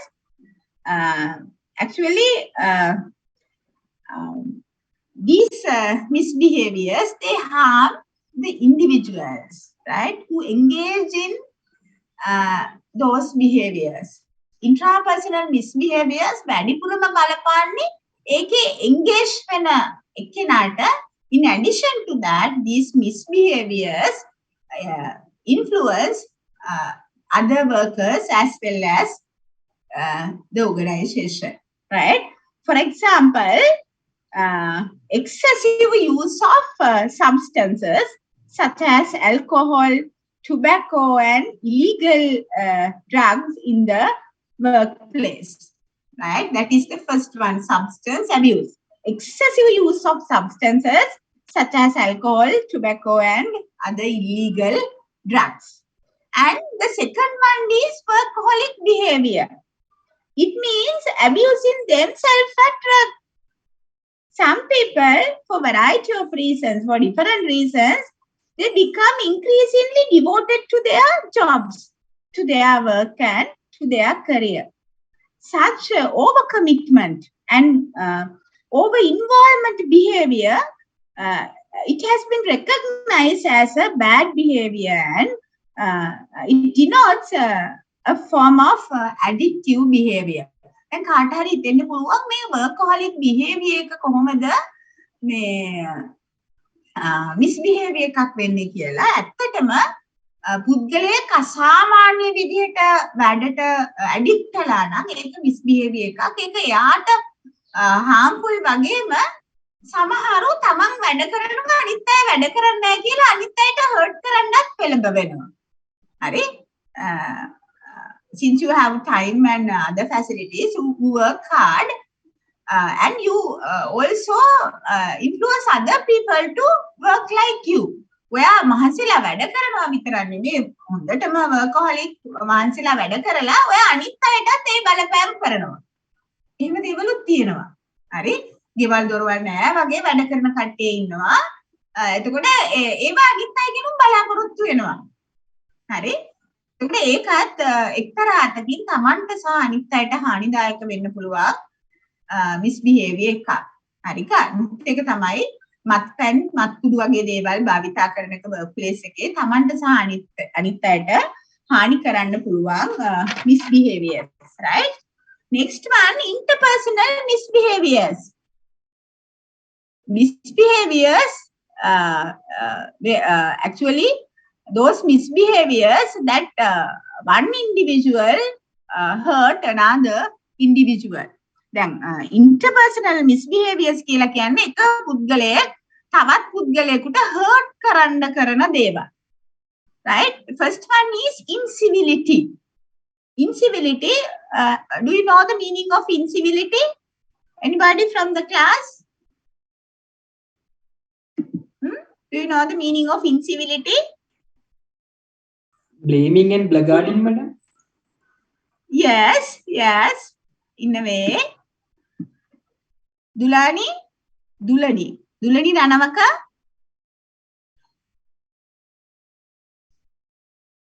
What do you mean by incivility? Actually, it is one of the most, yes.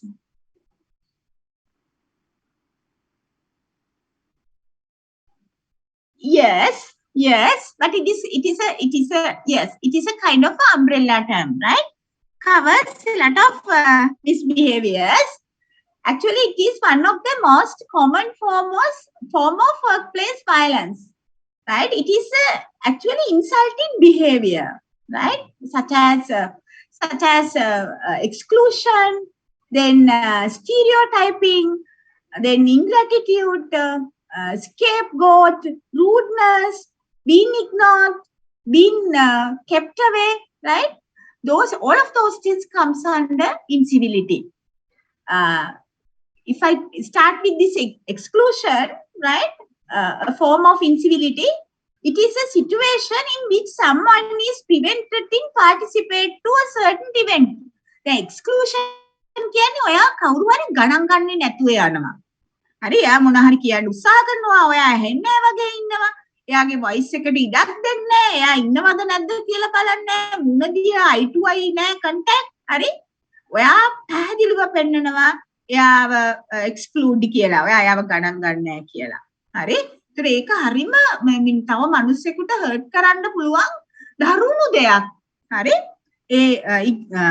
ඒක නිසා මතක තියාගන්න ඔයා කරන්නත් එපා මේ වගේ දේවල් අනිත් අයට කරන්න දෙන්නත් එපා.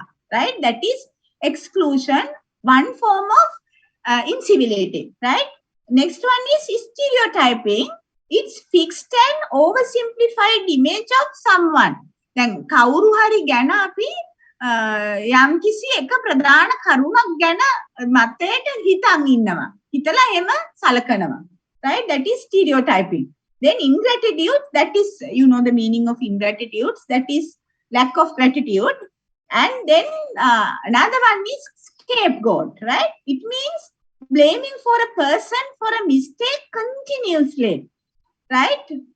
Of faults of others. Then මේක හොඳට මතක තියාගන්න. ඔයාලා ඔක්කොම මැනේජර්ස්ලා ඕගනයිසේෂන්ස් වල ඉස්සරහට ලීඩ් කරයි ඔයාලා ඉන්න ඕගනයිසේෂන්ස් මේ මිනිස්සු අතින් මිස්ටේක්ස් වෙනවා මතක තියාගන්න. හරි? නමුත් අපි පුද්ගලයෙක් වැරදි කරා කියලා අනිත් අය ඉස්සරහා බැනගෙන ඒක නැවත නැවත මතක් කරමින් ඒ පුද්ගලයා පසුපස හඹා යනවා නම් ඒක ඉතා දරුණුයි. එතකොට අපි purposely deliberately hurt කරන්නම තමයි කරන්නේ. හරි? එතකොට අපිට පුළුවන් වෙන්න ඕනේ සමාව දෙන්න. මිනිස්සෙක් වැරද්දක් කරාම ඒක ඒ වැරද්දට සමාව දීලා හර්ට් කරන අරමුණෙන් නෙමෙයි. අපි දැනුමක් උනත් දෙන්න ඕනේ මේ මිනිස්සයාට විඳවන අරමුණෙන් නෙමෙයි. යාව නිවැරදි කිරීමේ අරමුණින්. ඒක නිසා continuously පුද්ගලයාට blame කරන එක එයාගේ mistakes වලට කියා යන එකත් ඇත්තටම misbehavior එකක් වෙනවා. ඒකත් incivility කියන form එකට තමයි වැටෙන්නේ. Next, rudeness. You know the meaning of rudeness, that is being offensive, not polite. And then ignoring, another form of incivility, right? Ignoring. Disregarding intentionally, refusing to take notice or acknowledge. මේකත් අර exclusion වගේම තමයි, right? You disregard someone intentionally. Refuse to take notice or acknowledge someone. ඒකත් මතක තියාගන්න මානසිකයට hurt කරන්න පුළුවන් දරුණුම දෙය විදිහක් තමයි පුද්ගලයෙක්ව නොසලකා හැරීම purposely එයාට දැනෙන්න. හරි? ඒක එයාව acknowledge කරන්න නැති වෙන එක, එයාව notice කරන්න නැති එක, eye to eye meet වෙන්නේ නැති එක. හරි? එයාව සම්පූර්ණයෙන්ම disregard කරන එක තරම් ඒක දැඩි දෙයක් වෙනවා මිනිස්සුන්ට රිද්දන්න පුළුවන්. හරි? එතකොට ඒවා ඇත්තට misbehaviors, වැරදි behaviors තමන්ගේ soul එකටයි අනිත් අයගේ soul එකටයි දෙකටම හොඳ නැති. Right? Then keep away. It is another one. All of those things are misbehaviors that hurt other people. Right? I will explain this sexual harassment later. Right? Then we have this we were talking about incivility, right? At the moment, a few minutes ago, I explained different form of incivility. Next one is revenge, right? Revenge is a retaliatory behavior, actually very documented in human history. It is not a new kind of a behavior, right? Eye for an eye. අහලා තියෙනවනේ නේ ඇහැට ඇහැ දතට දත. එහෙම තමයි ඉස්සර. හරි? කවුරු හරි මරණයට මරණයක්. හරි? soul to soul එහෙම තමයි ඉස්සර උනේ. හරි? එතකොට මේක මේ ඉතිහාසෙ පුරාම එන දෙයක්. Right? It refers to the general action of purposeful retaliation within the workplace in an attempt to seek silence the victim and avoid accountability. ඇත්තටම මේ revenge කියලා කියන්නේ ඔයා යම් කිසි කෙනෙක්ව victim කෙනෙක්ව කරගෙන ගොදුරක් කරගෙන අලිගැනීමක් කරනවා බොහෝ දුරට ඔයයි මේක කරේ කියලා පෙන්වන්න නැති විදිහට. හරි? එතකොට ඔයා ඒකේ accountability එක ගන්නෙ නැහැ. කොහොම හොරෙන් හරි වක්‍රාකාරයෙන් හරි කාගෙන් හරි පරිගැනීමකට ලක් කරනවා පුද්ගලෙක්ව ඉලක්ක කරගෙන. Right? Sometimes you sabotage your colleagues' work. සමහර වෙලාවට එහෙම දේවල් වෙනවා ඕගනයිසේෂන්ස් වල මතක තියාගන්න බොහොම පරිස්සමෙන්. හරි colleague කෙනෙකුගේ වැඩක් කඩාකප්පල් කරන්න පුළුවන්. Sometimes they spread unflattering rumors about a colleague. Sometimes they hide co-workers' belongings. Sometimes they scheme to get a co-worker fired.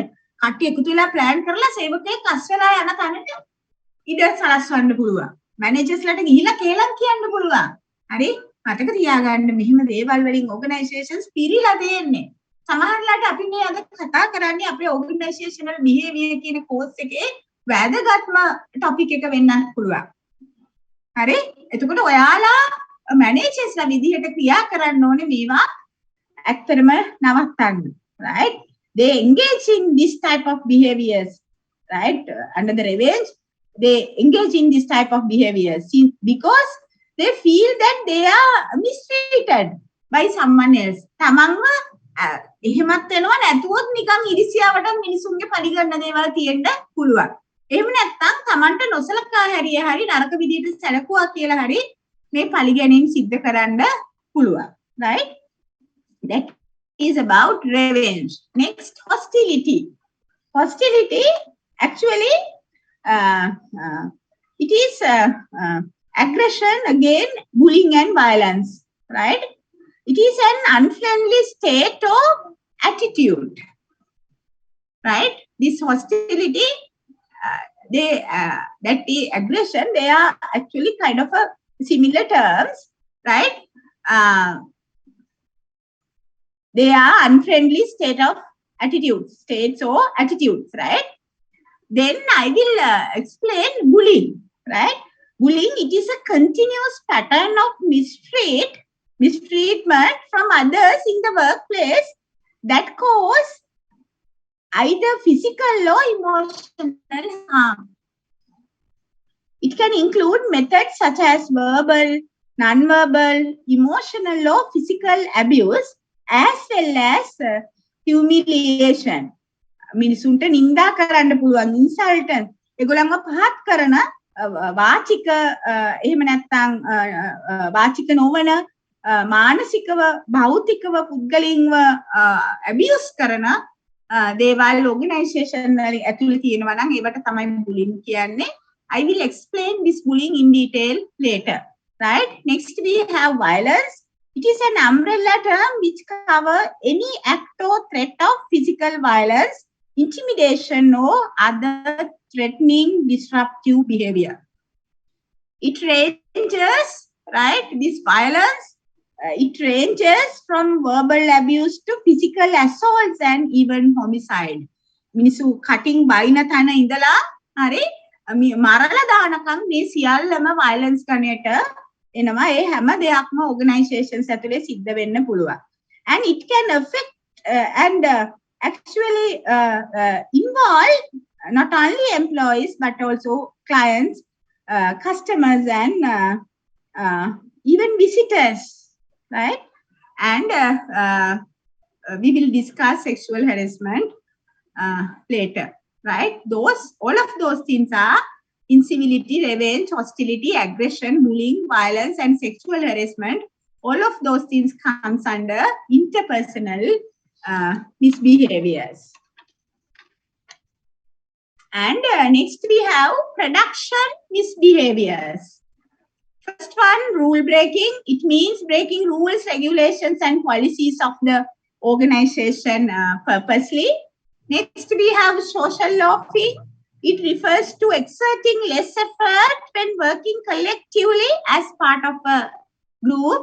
ඔයාලත් එහෙම කරනවා සමහර වෙලාවට කණ්ඩායම් වැඩ කරනකොට අනිත් අයට වැඩ කරන්න දීලා ඔයාලා ඉතා අඩු contribution එකක් දෙනවා. එතකොට organizations වලත් මේ වගේ දේවල් වෙනවා. Right? It will reduce the productivity and it will drop morale of other workers. And then we have the absenteeism. It is purposefully staying away from work without a good reason. it is the absent actually from the duty or obligation without good reason. මෙතන absenteeism කියන්නේ මේ ලෙඩක් හැදිලා එන්නේ නැති එක නෙමෙයි. absenteeism එක misbehavior එකක් වෙන්නේ.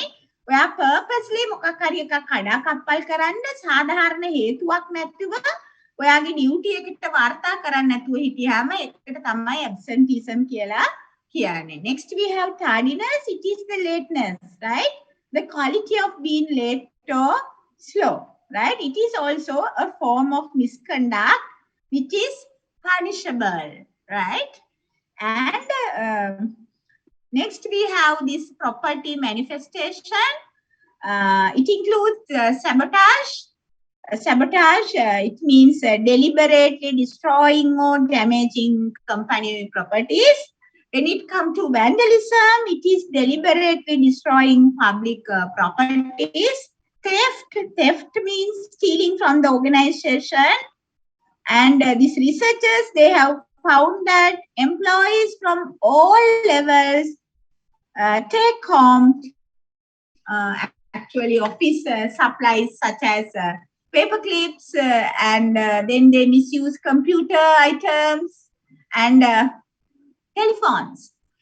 Researchers la hoyaගෙන තියෙනවා නිකන් නෙමෙයි 90 ගාණක් විතර employees ලා හරිද most of the employees organization එකේ employees ලා අඩුම ගානේ paper clip එකක්වත් ගෙදර ගෙනිච්ච නැති එක්කෙනෙක් හොයාගන්න බෑ කියලා. හරි. එතකොට මේ organizations වල ඉන්න කට්ටිය paper clips එහෙම වගේ දේවල් ගෙදර ගෙනියනවා papers ඒගොල්ලෝ computers personal use වලට භාවිතා කරනවා calls කරනවා organizations වලින්. එතකොට ඒ ඔක්කොමත් එන්නේ ඇත්තටම මේ theft කියන එකට, right? It is estimated that more than 75% of organizational members steal something of value from their workplace at least once. එතකොට අපිවත් අයිති වෙනවා නේද? 175ක්වත් employees ලා අඩුම ගානේ ජීවිතේ එයාලගේ work life එකේ එකපාරක් හරි organization එකට අයිති දෙයක් පෞද්ගලික ප්‍රයෝජනයට අරගෙන තියෙනවා කියලා තමයි මේ කියන්නේ. Right? Next one, espionage. Espionage. It is the practice of spying or using spies. ඔත්තුකාරී use කරනවා.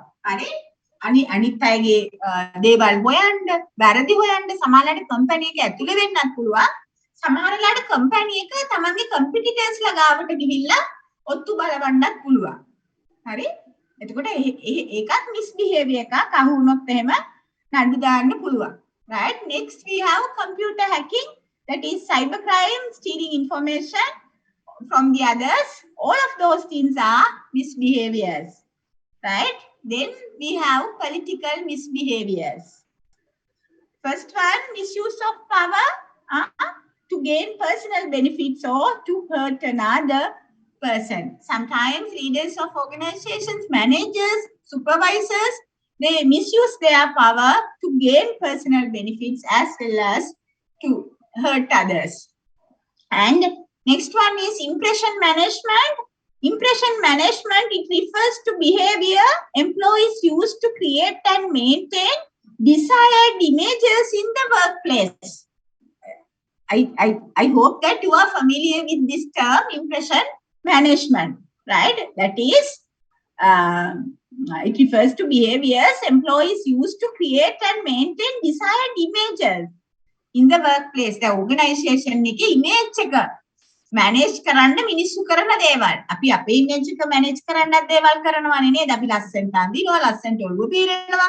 හරි? වටිනා දේවල් භාවිතා කරන්න පුළුවන් අපේ impression එක manage කරගන්න. ඒ වගේම organizations වල employees ලා, managers ලා, leaders ලා එයාලගේ organization එකේ impression එක manage කරන්න එක දේවල් කරනවා. Right? There are positive and negative consequences of impression management. It is good if you are not faking who you are. Right? It is good if you are not faking who you are. Right? It is good if you don't do it to manipulate others. Some people, they put on an entirely different persona and lie and cheat if necessary. දැන් සමහරු මොකද කරන්නේ මේ impression management වලදී සම්පූර්ණයෙන්ම වෙනස්. ඇත්තටම නෑ මේක fake. හරි? සම්පූර්ණයෙන්ම වෙනස් පෞරුෂයක් ආරූඪ කරගෙන ඒ පෞරුෂය මේ භාවිතා කරනවා අනිත් මිනිසුන්ට බොරු කරන්නත් හොර කරන්නත්. හරි මේ මොහොම ග්‍රේට් කැරක්ටර් එක හීරෝ කෙනෙක් විදිහට තමයි පෙන්නන්නේ. නමුත් අන්තිමට ඇතුලේ අමු හොරෙක්. එහෙම නැත්නම් අමු කපටියෙක්, වංචාකාරයෙක් වෙන්න පුළුවන්. හරි එහෙම අය ඉන්නවා. හරි මැනේජර්ස්ලා අතර, ඕගනයිසේෂන්ස් වල ලීඩර්ස්ලා අතර, ඔය සුපර්වයිසර්ස්ලා අතර ඉන්න පුළුවන් හරි හොඳ කෙනෙක් විදිහට පෙන්නන. හරි තමන්ට වඩා හොඳ කෙනෙක් බෝධිසත්වයෙක් තව නැහැ කියලා පෙන්නන ගැහැණු පිරිමි ඕනම කෙනෙක් ඉන්න පුළුවන්. එතකොට නමුත් එයාලගේ ෆේක්. හරි ඒක මේ දාගෙන තියෙන වෙස් මුහුණ මම දවසක් කිව්වා ඔයාලට මේ මිනිස්සු ඉන්නේ වෙස් මුහුණ දාගෙන කියලා. හරි එතකොට මේ වෙස් මුහුණ යටින් තියෙන එයාලගේ රියල් පික්චර් එක වහලා මේ වෙන එකක් පෙන්නනවා. පෙන්නලා ඒ ක්‍රියේට් කරපු පර්සනැලිටි එක භාවිතා කරනවා අනිත් මිනිසුන්ට හොර කරන්න. හරි වංචා කරන්න භාවිතා කරනවා. එතකොට ඒකත් එනවා මොකකට යටතේද? misbehaviors යටතේ, right? By manipulating others, those individuals they can hurt their social reputation. Actually, finally, what they do, they hurt their own personal their own social reputation, right? අන්තිමට ඒගොල්ලෝ කරන්නේ තමන්ගේම වාසියක් නෙමෙයි මිනිස්සු මේවා දැනගත්තාම තමන්ගේම අර ඉම්ප්‍රෙස් ඇත්තට තමන්ගේම ඉමේජ් එක තමයි අන්තිමට තිබුණු එකටත් වඩා පල්ලෙහාට වැටෙන්නේ ඒ මවාගත්ත දෙයක් ලෝකෙට පෙන්වුවාම, right? Next one, politicking. It is the activity of trying to persuade or even force others to vote for a particular party decision, right? Or a particular decision, right? It is the activity or the behavior of trying to persuade or force others to vote for a decision of a particular party. යම්කිසි පාර්ශවයකට අවශ්‍ය දේ කරගන්න, කැමැති දේවල් කරගන්න, අනිත් අයගේ කැමැත්ත ගන්න විවිධ දේවල් කරනවා. හරි ඒවට තමයි කියන්නේ මොකක්ද? politicking කියලා, right? The last one is favorism. It is the practice of unfair preferential treatment to one person or group at the expense of another. Favorism කියලා කියන්නේ අනිත් අයව අතහැරලා දාලා විවිධ හේතු මත එක් පුද්ගලයෙක් හෝ කීපයක් තෝරාගෙන ඒගොල්ලන්ට සලකන එක, right? So those are different types of misbehaviors in organization, right? I will go back to this slide here. You can see those misbehaviors, right? Interpersonal, intrapersonal, interpersonal, work process, property, and political misbehaviors, right? Next, I will move to workplace deviance, right? Actually, under this one also, we discuss different type of misbehaviors, but the way we address the misbehaviors are somewhat different under this model, right? එතකොට මේක යටතේත් අපි workplace deviance කියන්නේ workplace deviance, it is a similar word for misbehaviors, right? misbehavior එකටම තමයි deviance කියන්නේ. නමුත් මේ model එක ඒක මේ address කරන විදිය චුට්ටක් වෙනස්, right? So let me explain it. ඔයාලට චුටි දෙයක් ඉතිස්සර වෙලා කියන්න ඕනේ. මගේ power cut එක පටන් ගන්න තියෙන්නේ 3ට. නමුත් මම මෙතන මගේ ෆෝන් එක තියාගෙන ඉන්නවා hotspot දාගන්න. මම හිතනවා මම try කරන්න connect වෙන්න. බැරි වුණොත් එහෙම බැරි වෙච්ච කොටස මම record කරලා එවන්නම්. හරි? මම පුළුවන් තරම් උත්සාහ කරනවා මේ වෙලාව ගන්න. break එකක් දෙන්න නැතුව මම කරගෙන යන්නේ ඒක නිසා, right? So let me explain workplace deviance. It is a similar, actually similar term for organizational misbehavior, as I explained earlier. Actually, it is the deliberate or intentional desire to cause harm to an organization, its members, or both. Right? This Robinson and Bennett identified two dimensions of workplace deviance. They are severity and the target. Right? Here, this arrow shows the severity or the seriousness of the misbehavior, and the other axis, it represents the target. Right? So using this seriousness or the severity of the misbehavior as well as the target, they introduced actually a multi-dimensional model. Right? Here you can see the image of that multi-dimensional model. Right? Here the two main dimensions are severity or the seriousness and the target. Right? This seriousness or the severity, it refers to the extent to which the deviant violates important organizational norms and thus more potentially harmful to the organization or its members. එතකොට මේ seriousness කියන එකෙන් එහෙම නැත්නම් severity එකෙන් කියන්නේ මේ misbehavior එක organization එකට හරි ඒකේ members ලට හරි කොච්චර හානිදායකද. හරි එච්චර හානිදායක නැත්නම් එයා කියනවා ඒවා minor misbehaviors කියලා. ඒවා serious නම් severity, high severity නම් ඒවට කියනවා major misbehaviors කියලා. Right?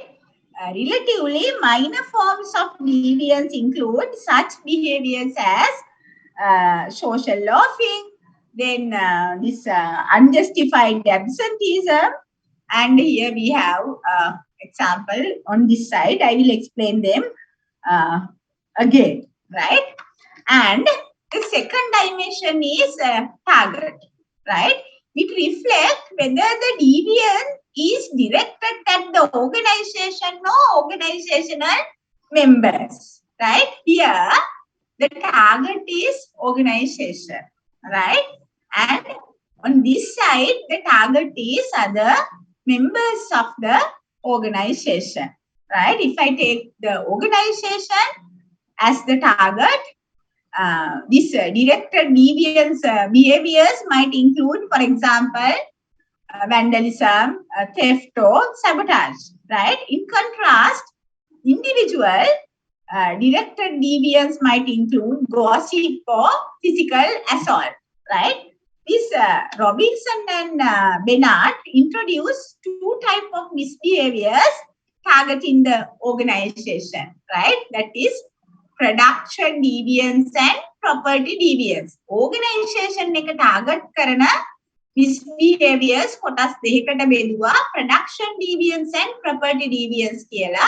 These production deviant acts are minor misbehaviors and property deviance acts are major misbehaviors.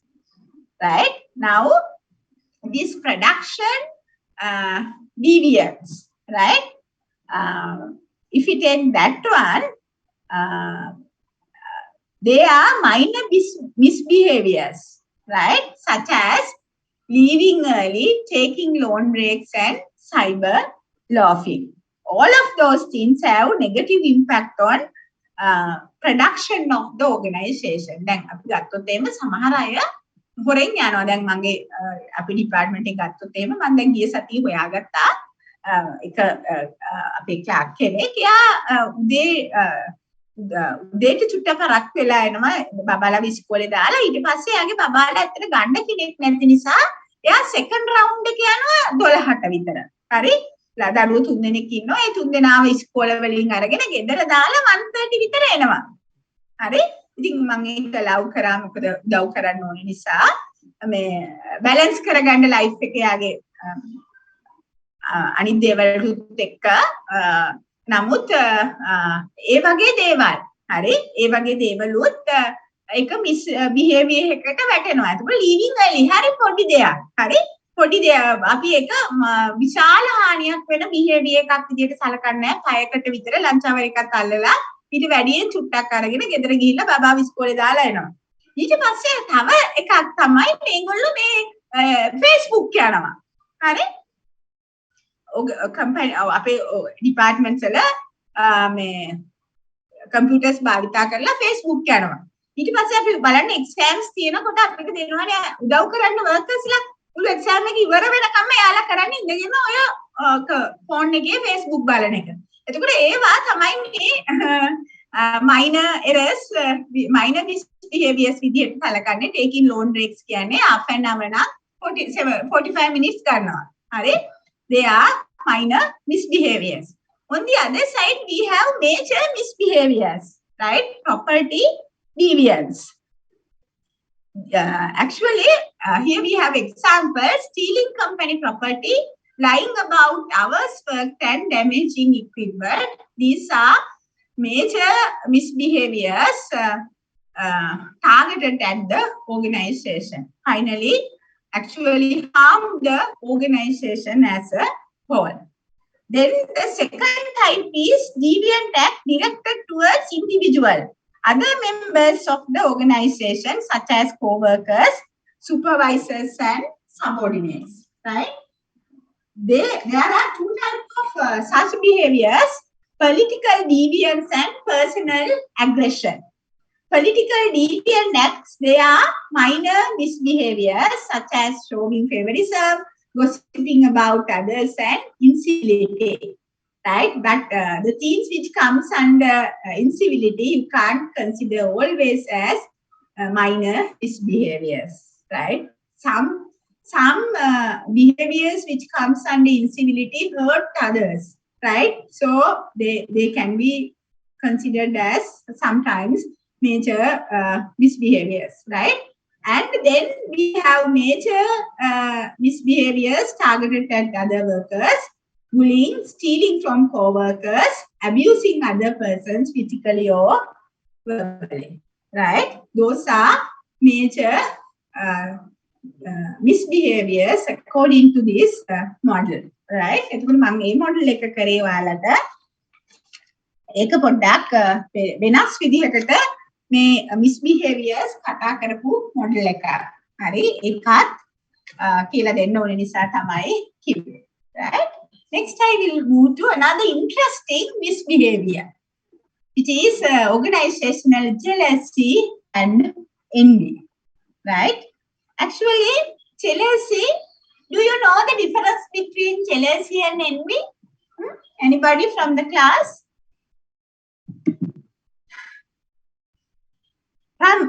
Ramesh Fernando.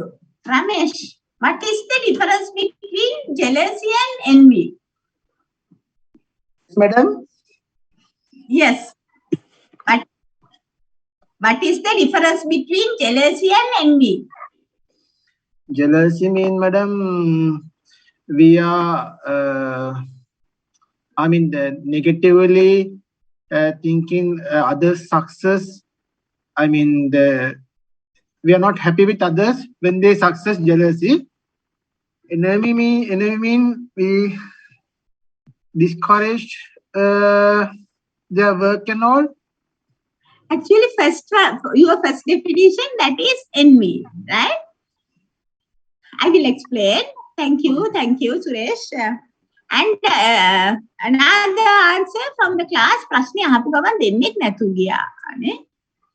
හරි සචිනී.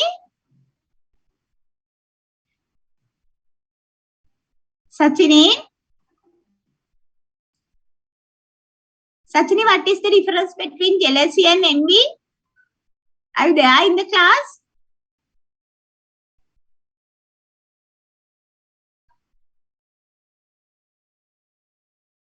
Sachini?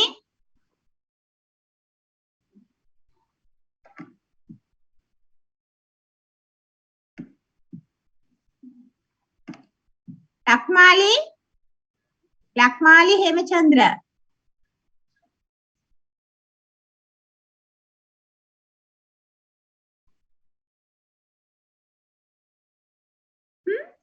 ඔයාලා ක්ලාස් එකේ නැද්ද දරුවෝ මේ ප්‍රසන්ට් කියලා දාලා නැත්තම් වෙන වැඩ කරනවද ගෙදර? Kasun Herath. Yes, madam. What is the difference between jealousy and envy? I don't need perfect answers, right? Just tell me your idea. You can make mistakes, right? වැරදි කියන්න පුළුවන්. වැරදි උත්තරයක් දෙන්න. ඔයාලා ඔක්කොම දන්නවා නම් මේකට එන්න ඕනේ නෑනේ නේද? හරි ඒක නිසා බය වෙන්න එපා උත්තර දෙන්න. හරි? දැන් නැත්තම් දන්නේ නැහැ කිව්වත් ප්‍රශ්නයක් නෑ. හරි? So what is the difference between jealousy and envy? Envy is emotionally and jealousy. Right, no problem, right? I will explain. Both are emotions, right? Actually, jealousy is a feeling of resentment of someone. Professional jealousy, it's a natural emotion and part of being human. But when it goes beyond, when it goes beyond its limitations, the consequences of jealousy can be devastating. Envy, it is an emotion a person gets if he or she wants what someone else has. And jealousy occurs when a person gets fear of something being taken from him or her. එතකොට මේ ඉංග්‍රීසි වල තමයි මේ වෙනස තියෙන්නේ. අපිට ලේසියෙන් කියන්න බෑ සිංහල භාෂාවේ මේ දෙක වෙනස. It's all right, right? මෙතන මේ jealousy and envy අපේ සිංහල භාෂාවෙන් අපිට මේ දෙකේ වෙනස ඇත්තට කියන්න බෑ. නමුත් ඉංග්‍රීසි වල මේ දෙක වෙනස්, right? Envy, according to English language, envy it is an emotion a person gets if he or she wants what someone else has. And jealousy occurs when a person gets fear of something being taken from him or her. දැන් මේකට අනුව jealousy කියන්නේ මට තියෙන දෙයක් අහිමි වෙයි.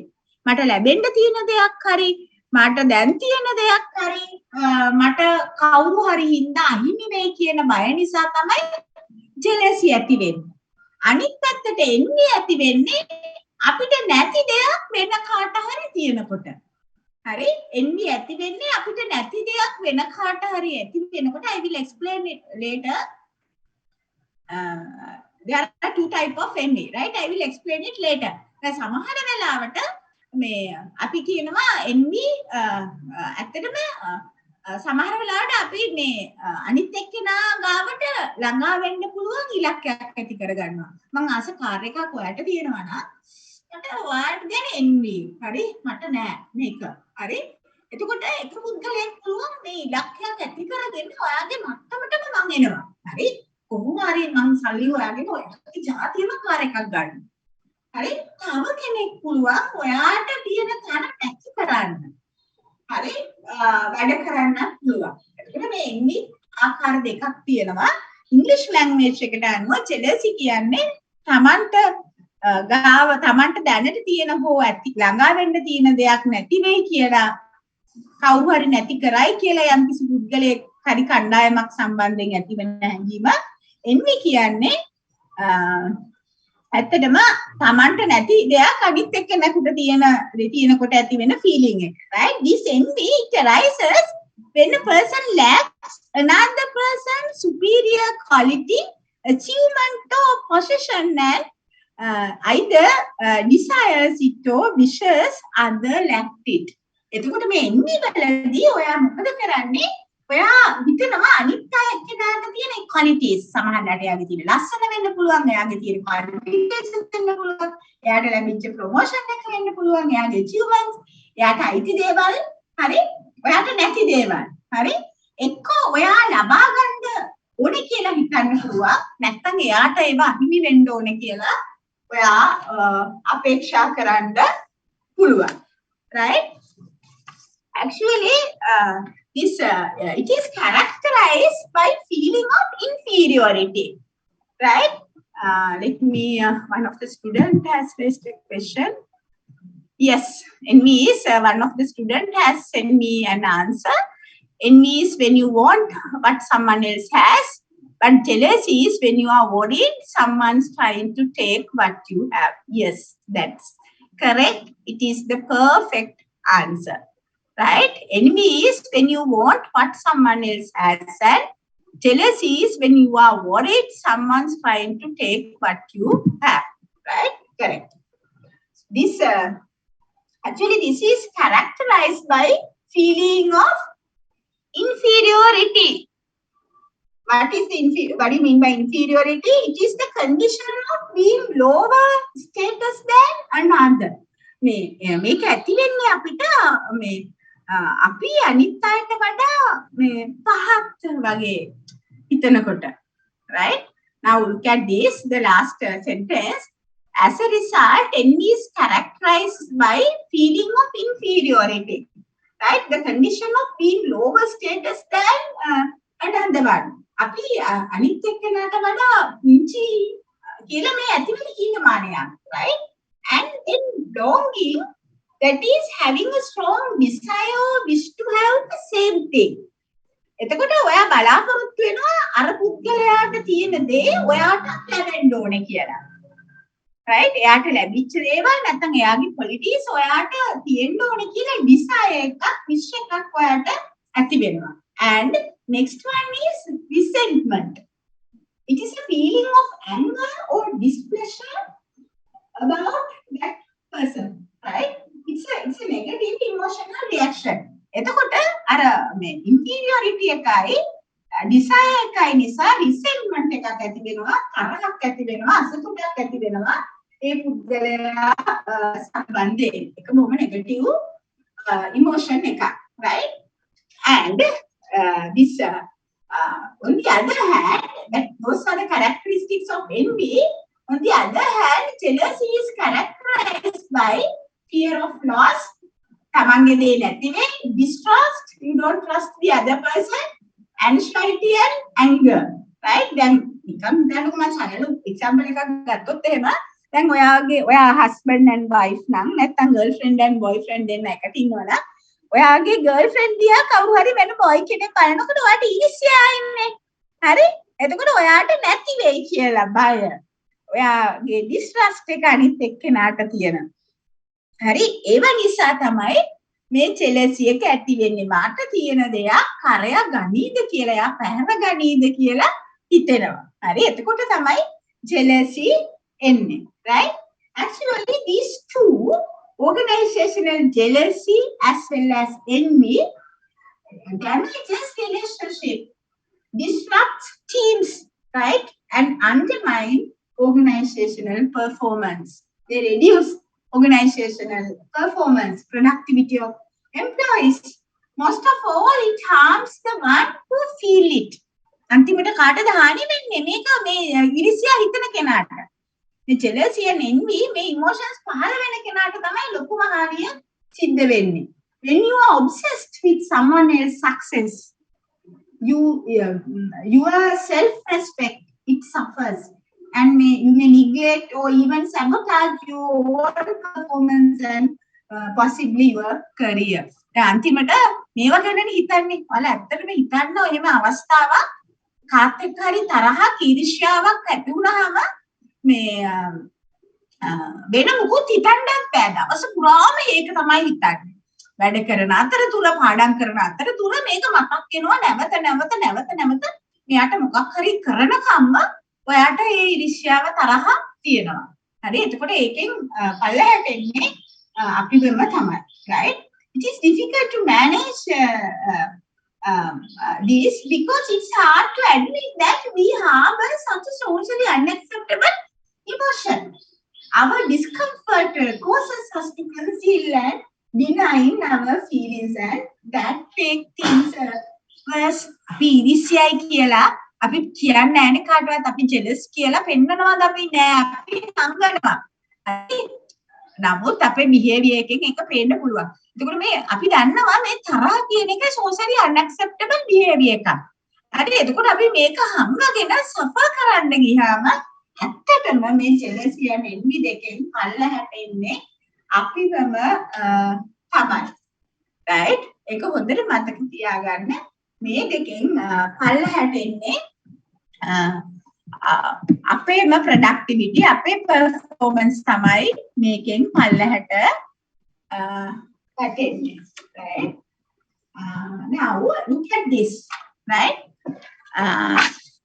Envy, as we discussed earlier, envy is a frustrating emotion that can occur when people lack another person's superior quality, achievement, or possession, right?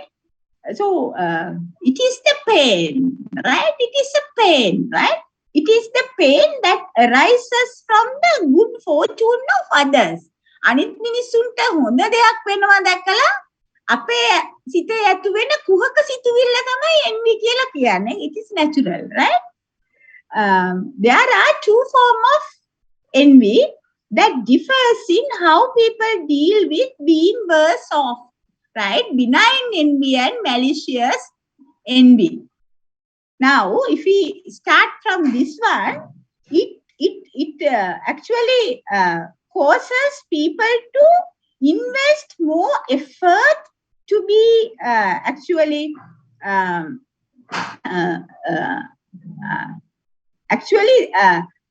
if you have this one, right, benign envy, you exert more effort to achieve the same thing. දැන් මේකෙදි තියෙන ප්‍රධාන වාසිය තමයි ඔයා මෙතනදි කරන්නේ මේක this is a positive aspect, right? ඔයා මෙතනදි කරන්නේ ඔයාට අර අනිත් එක්කෙනාට තියෙන දේ ළඟා කරගන්න ඔයා ලොකු උත්සාහයක් දරනවා, right? But on the other hand, this malicious envy, in the context of malicious envy, it motivates people to level the other person down, right?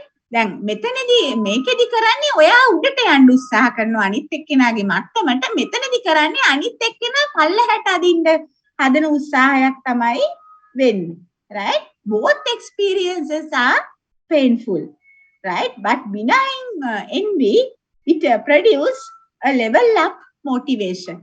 මේකෙන් කරන්නේ ඔයාව උඩට අදින එක තමයි, ඔයාටත් අර ඔයාට නැති දේවල් ළඟා කර ගැනීමට පුෂ් කරන එක තමයි මේකෙදි කරන්නේ, right? It motivates us to work harder to achieve our goals. For example, you might envy a friend because he owns a desirable car, right? ඔයාට ගන්න ඕන කියලා හිතෙන කාර් එකක් යාළුවෙකුට තියෙන හින්දා ඔයාට යා ගන්න මේ envy ඇති වෙන්න පුළුවන්, right? What do you do about this? Often you will find a way to purchase the product yourself. You focus on the desired object and how to acquire it. You don't think to take away the object or harm its owner, right? Just because he already has what you want. එතකොට අනිත් එක්කෙනා ඔයාට අවශ්‍ය දේ අනිත් එක්කෙනා ගාව දැනටමත් තියෙනවා කියලා ඔයා ඒක උදුරා ගන්නවත් අරයව පල්ලහැට දාන්නත් උත්සාහ කරන්නේ. ඔයා කොහොම හරි උත්සාහ කරනවා ඒ දේ ලබා ගන්න. හරි, ඒක තමයි benign envy කියලා කියන්නේ. But in the context of malicious envy, you probably feel the rival. You will hope bad luck for the other person. අනිත් එක්කෙනාට නරකක්ම වෙන්න කියලා ප්‍රාර්ථනා කරන්නත් පුළුවන්, right? You will try to pull down your friend from his superior position, right? Look at this image, right? If we take this benign envy, that is a great desire for object, right? And envy object, great desire for envy object. අනිත් එක්කෙනාට තියෙන object එක ගැන ඔයාට ලොකු ආශාවක් තියෙනවා. And it motivates you to acquire it. And emulation of the other person, it means that you exert effort to match or surpass the other person or his or her achievement. Emulation of envied person කියලා කියන්නේ ඔයා අනිත් එක්කෙනාව pass කරන්න හරි එයාගේ achievement එක ළඟා කරගන්න හරි උත්සාහයක් දරනවා. Right? So this benign envy, it focuses on self-improvement and it inspires self-reflection and actually helps you to achieve what you want. Right? Benign envy තියෙනවා නම් ඔයා ඒක ඔයාව මොටිවේට් කරනවා ඔයාට නැති දේ ළඟා කරගන්න. හරි එතකොට මේක මේ පොසිටිව් පැත්තක් මේ කතා කරන්නේ. But in the context of malicious envy, it is a self-destructive behavior. It often lead or harm someone else, directly or indirectly, right? Actually, we sometimes we hope the failure of the other person. අනිත් එක්කෙනාව පල්ලහැට ඇවිල්ලා වැටිලා පරාජය වෙලා නැති වෙලා යන්න ඕනේ කියලා ප්‍රාර්ථනා කරනවා මේ envy නිසාම, right? Sometimes you will take destructive actions based on your emotions, right? Such as actually sabotaging the object of your envy, right? Then actually the results are it drives us to tear someone down. Yeah, මේ malicious envy අපිව තල්ලු කරනවා අපිව push කරනවා තව කෙනෙක්ව පල්ලහැට අදින්න. හරි? එතකොට ඒක එච්චරම හොඳ දෙයක් නෙමෙයි. In this context it is a weapon of self destruction. ඔයාවත් විනාශ කරගෙන අනිත් පුද්ගලයාවත් විනාශ කරගෙන තමයි මේක නවතින්නේ. Right? Next I will move to another interesting concept, right? So that is organizational humor. ඔයාලා සමහර වෙලාවට මේක ගැන මේ organizational context එක තුල කතා කරලා නොතිබෙන්න පුළුවන්. හරි නමුත් මේක හරිම interesting concept එකක්. Right? Organizational humor. Here we have a definition for humor. According to this definition, it is a process initiated by a stimulus, right? It is a process initiated by a stimulus such as joy, resulting in a response such as laughter, indicating pleasure. That is the organizational humor, right? It is a process and it starts with a stimulus such as joke and it creates a response such as laughter and it indicates pleasure, right? Actually, it is a pervasive, naturally occurring behavior in organizational life, right? These organizational members, they communicate jokes and other sources of humor face to face. Then via written reports and other documents, increasingly via email and other form of electronic communication. Actually, there are positive consequences of humor.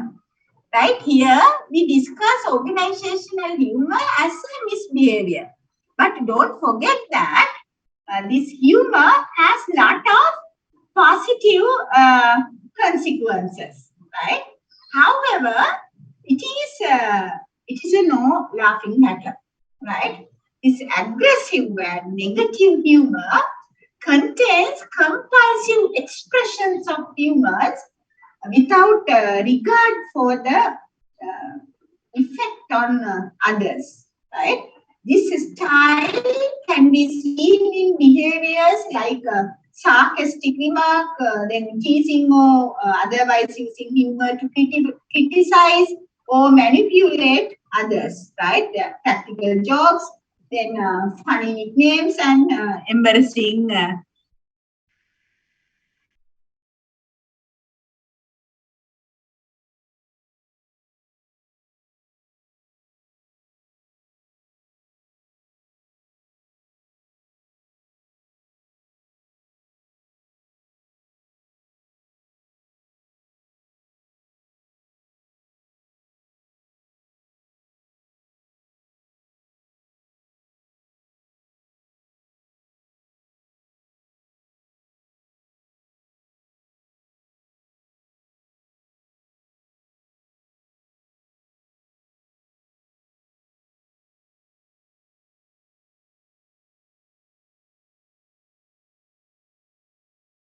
Recording stopped.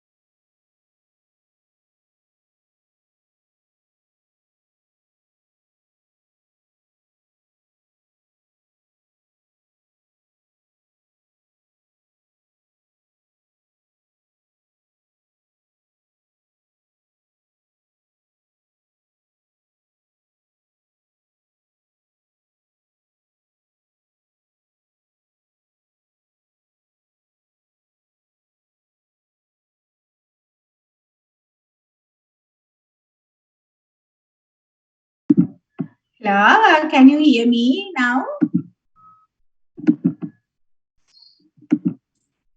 Yes, Hello? ma'am. Yes, Right. ma'am. I came back using my mobile phone. We were talking about organizational humor. Can you see the presentation slides? You Yes, can madam. see. Yeah. Yes. Right. Recording in Right. progress. We were talking about organizational humor. Actually, this humor, even though they have positive consequences, they can damage or block a person easily. Actually, these sometimes these humors hurt others. Can be so they can be considered as misbehaviors in organizations. Now look at this. We have different type of humor. The first one is affiliative humor. This involves telling jokes about things that everyone might find funny. The goal is to use humor to bring people together in everyday life, right? Actually, goal is to create a sense of fellowship, happiness, and well-being. If it is a affiliative humor, right? It involves telling jokes about things that everyone might find funny. So this type of humor won't hurt anybody. එතකොට affiliative humor කියන්නේ කාටවත් හානියක් නොවන කාගේවත් හිත රිද්දන්නේ නැති අපි නිකන් fellowship එකට අපිට සතුටු වෙන්න එකට එකතු වෙලා hina වෙන්න හරි එහෙම කරන දේවල් තමයි affiliative humor කියලා කියන්නේ. ඒක ඇත්තටම මිනිසුන්ට හොඳයි. Right? And then we have this self-enhancing humor. It involves actually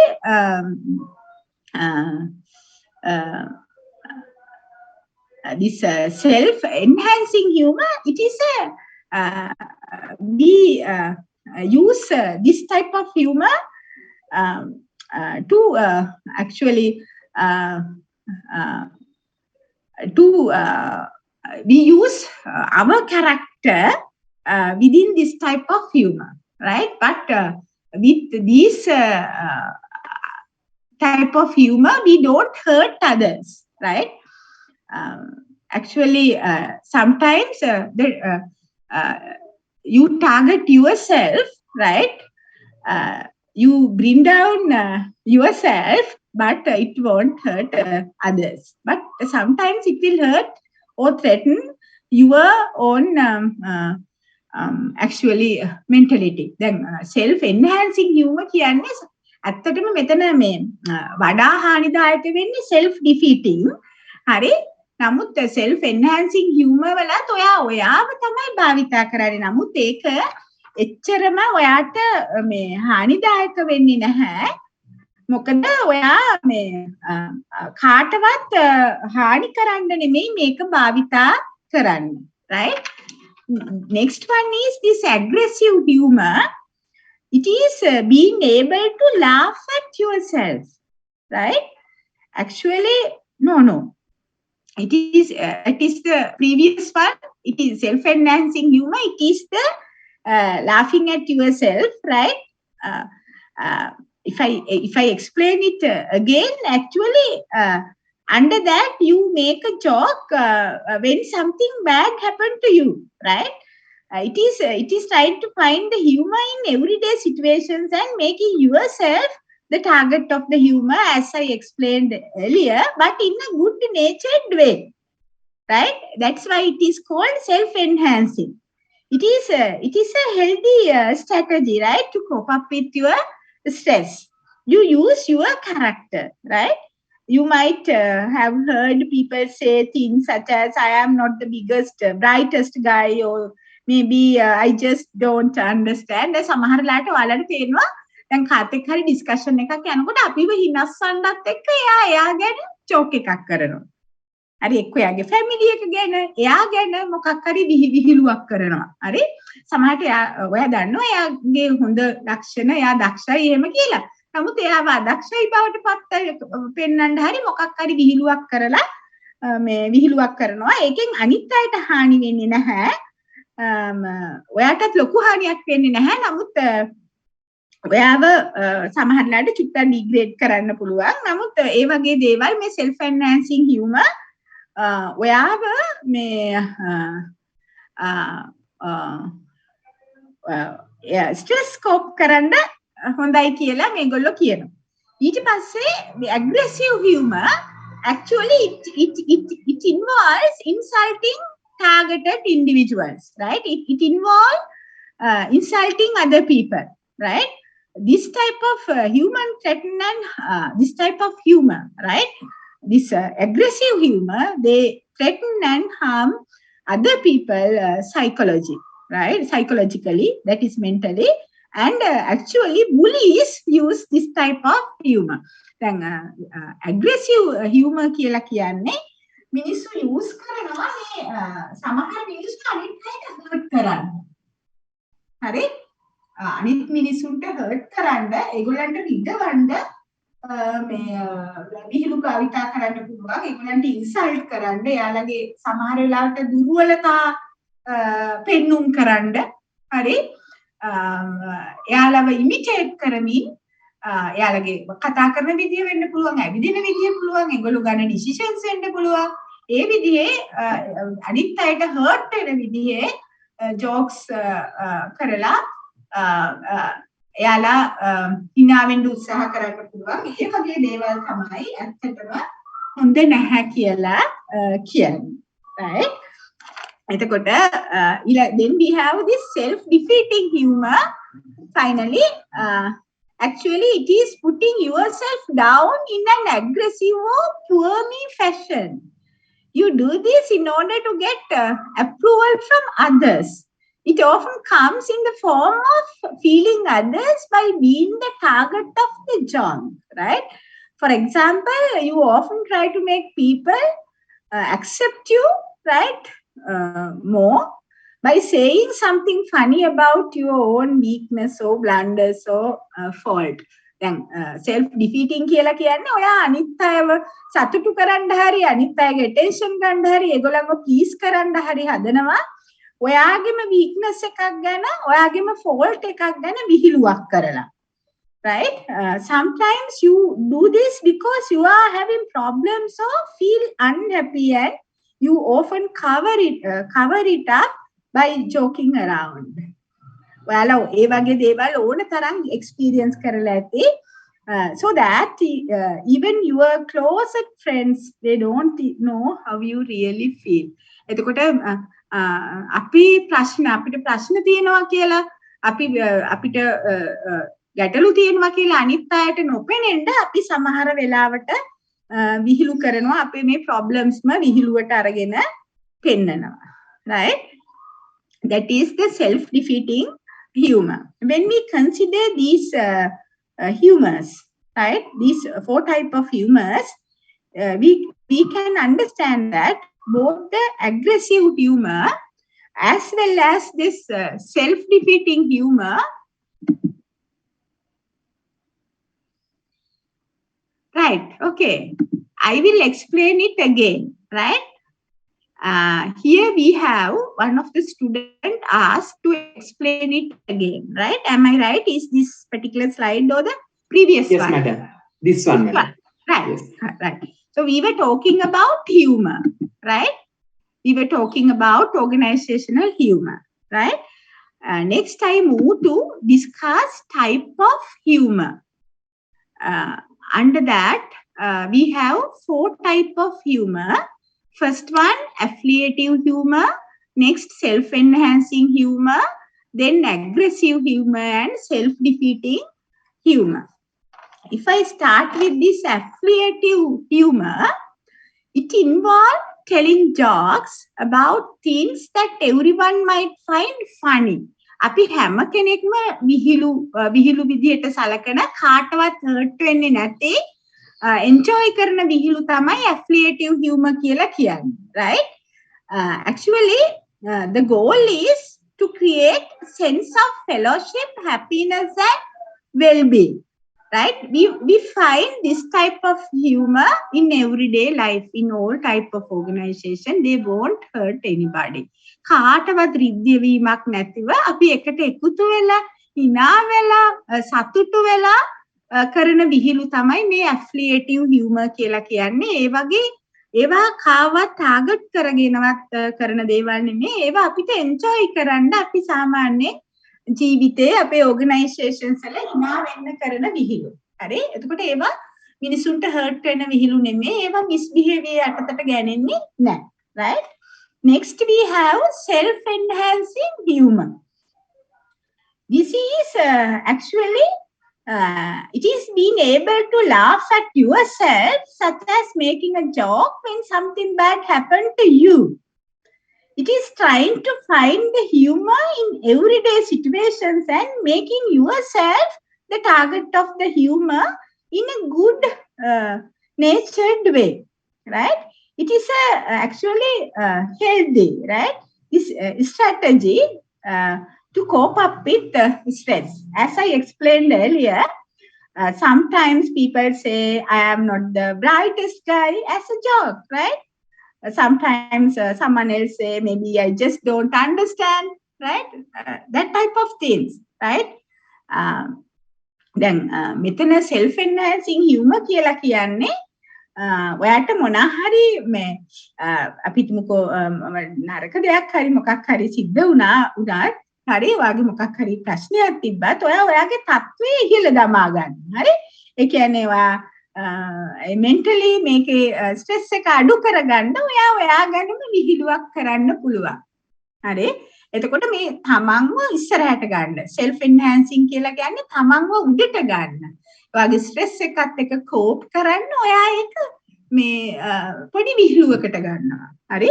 ඔයා ඒක පොඩි විහිළුවක් කරලා ඒ ප්‍රශ්නේ මගහරිනවා නෙමෙයි. නමුත් ඔයා තව කෙනෙක් එක්ක කියනකොට ඔයාගේ ප්‍රශ්නේ විහිළුවක් ආකාරයෙන් කියනවා. ඒකෙන් සමහර වෙලාවට ඔයාගේ ස්ට්‍රෙස් එක අඩු කරන්න බලපාන්න පුළුවන්. හරි? ඉතින් මෙහෙම දේවල් අපිට ඇහිලා තියෙනවා. කවුරු හරි තමන්ගේ ප්‍රශ්නයක් ගැන හරි මොකක් හරි කියනකොට ඒකට පොඩි විහිළුවකුත් එකතු කරලා කියනවා. හරි? එහෙම කට්ටිය කියනවා. අපේ එක ගුරුවරයෙක් ඉන්නවා. එයා මගේ ඉස්කෝලේ ගුරුවරයෙක් excessive self-enhancing humor, sometimes it may lead to defeating humor also. Yes, self-defeating humor. Yes.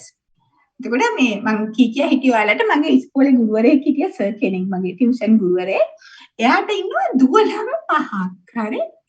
එයාට ඉන්නේ දුවලම 5 දෙනෙක්. ඉතින් එයා මේක මේ එයා එක සමහර වෙලාවට ඒ දුවලම එයාට දුවලම පහක් ඉන්න එක සහ පුතෙක් නැති එක එයා නිකන් විහිළුවට වගේ කියනවා. හරි? එතකොට ඒක මේ එයා නරකට එයා පල්ලෙහාට දාගන්නවත් කාවත් හිටවන්නවත් කියන දෙයක් නෙමෙයි. නමුත් එයා කතා කරනකොට ඒක කියනවා. එතකොට අනිත් අයටත් hina වෙන්න හරි කියන දෙයක්. හරි? එතකොට ඒ වගේ මිහිලු තියෙනවා පුද්ගලයෝ තමන්ගේ මානසික තත්ත්වය උඩට දාගන්න අනිත් අයත් එක්ක පොඩ්ඩක් move වෙන්න කරන විහිළු ඒවට තමයි self enhancing humor කියලා කියන්නේ. Right? On the other hand, this aggressive humor actually it is being able to laugh at actually aggressive humor that is the misbehavior, right? Under aggressive humor you laugh at other people, right? You use humor to hurt other people, right? You use humor to insult other people, right? You use humor to bring down other people. This type of humor threaten and harm others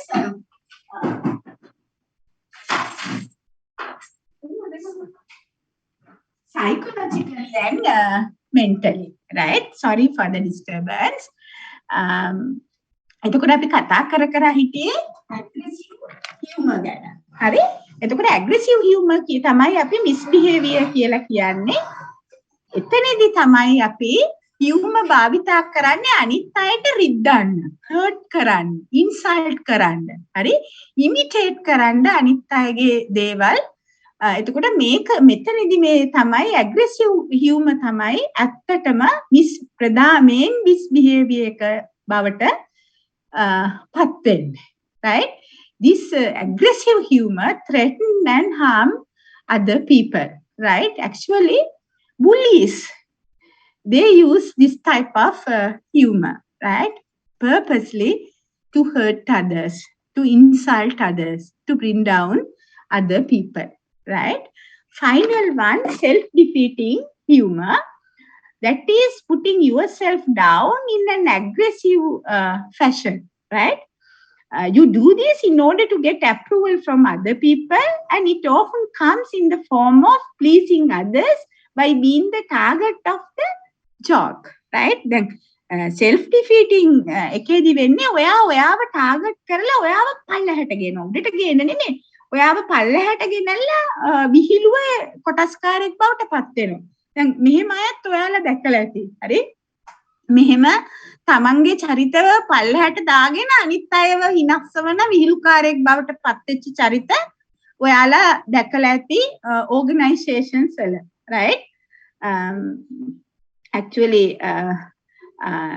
for example, if you try to make people accept you or accept you more by saying something funny about your own weakness or a blunder or a fault, then it comes under self-defeating humor. දැන් සමහරලාට ඔයාගේ weakness එකක් හරි ඔයාගේ fault එකක් හරි ඔයාගේ real problem එකක් හරි ඒක විහිළුවක් බවට පත් කරලා අනිත් අයත් එක්ක කියනවා නම් ඇත්තටම ඔයා කරන්නේ ඔයාව පල්ලෙහාට ගේනවා. හරි? ඔයාව පල්ලෙහාට ගේනවා humor එකක් විදිහට. Right? According to researchers, some people do this because they are having problems or feeling unhappy, and they often cover their problems by joking around in a way that even their friends don't know how they really feel. එතකොට සමහර අය ඔයාලා දකින්නවා අහලත් ඇති මේ hina වෙන මිනිසුන් ඇතුලේ ප්‍රශ්න තියාගෙන ඉන්නවා කියලා. හරි ගොඩාක් hina වෙනවා නම් ඇත්තට මේගොල්ලන්ට ප්‍රශ්න තියෙනවා කියලා. ඒ වගේ තමයි මෙතනත් කියන්නේ. අර අභ්‍යන්තරව ප්‍රශ්න තියෙන කට්ටිය සමහරවිට ඒක කවර් කරගන්න අසතුට වගේ දේවල් මේ වගේ විහිළු වලින් ඒවා එළියට දාන්න පුළුවන් කියලාත් කියනවා. Right? So when we look at all of these type of humors, this aggressive humor, that is the main misbehavior, and this self-defeating humor, it is bad. It creates negative consequences for the target, right? Yourself. Self-defeating humor, ඔයාට negative effects කියනවා. Aggressive humor තමයි misbehavior එක අනිත් අයට hurt කරන අනිත් දේවල් ඇත්තටම අපි නෙගටිව් දේවල් විදිහටවත් එහෙම නැත්නම් misbehavior විදිහටවත් දකින්නේ නැහැ. හරි? ඒ හින්දා all type of humors are not misbehaviors, right? Humor has this positive consequences as well as negative consequences. Especially aggressive humor has negative consequences, right? Right. That's all about humor. දැන් ඔයාලට තේරුණාද? ඒක Yes, madam. Thank you. right. Okay. Next, I will move to lying, right?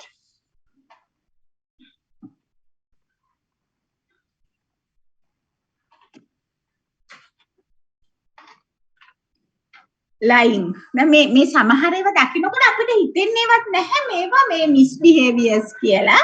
නමුත් organizations ඇතුලේ ඇත්තටම lying misbehavior එකක් විදිහට තමයි සැලකන්නේ, right? It is known as organizational deception, right?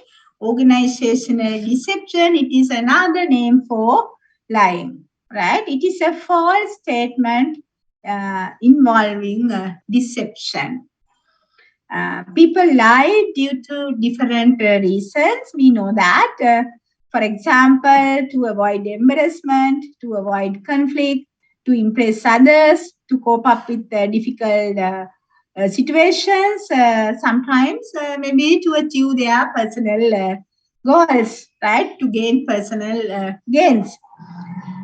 Lying is actually, you know that it is not rare in the workplace, right? Lying is not rare in the workplace. People engage in all manners of workplace dishonesty. People lie about their qualifications during job interviews. Then they claim sick days when they are healthy, you know that. Then they exaggerate their productivity. Then they conceal their mistakes and failures. Then they take credits for others' work, and then they deceptively undermine others with whom they are actually competing for promotions or other limited resources, right? So it is part of day-to-day life, right? And in addition to those things, actually, there are a lot of reasons for lying, right? Such as conflicts, right? Self-interest and maybe revenge, right? Or the pathological tendencies, right? There are a lot of reasons for lying. Sometimes, actually, some of those things are some people lie because of their nature, right? By nature, they are dishonest, right? We each have our own unique personalities, and some of those around us are simply more selfish, more manipulative, uncaring, and exploitative than we are, right? So it is the pathological tendency to lie. දැන් මේක ඇත්තට මානසික තත්වයක්, right? Naturallyම සමහර මිනිස්සු ඔයාලා මතක තියාගන්න අවංක නැහැ. සමහර මිනිස්සුන් ඒ බයිබලත් ඒගොල්ලෝ උපතින්ම අවංකයි. හරි? විහිළුවකටවත් බොරු කියන්නේ නැහැ. සමහර මිනිස්සු උපතින්ම ඒගොල්ලෝ අවංක නැහැ. ඒගොල්ලෝ බොරු කියනවා as a part of their, it's a part of their personality. හරි? ආත්මාර්ථකාමී, අනිත් අයව manipulate කරනවා, අනිත් අය ගැන care කරන්න, exploitative. ඉතින් මේ මිනිස්සු බොරු කියනවා.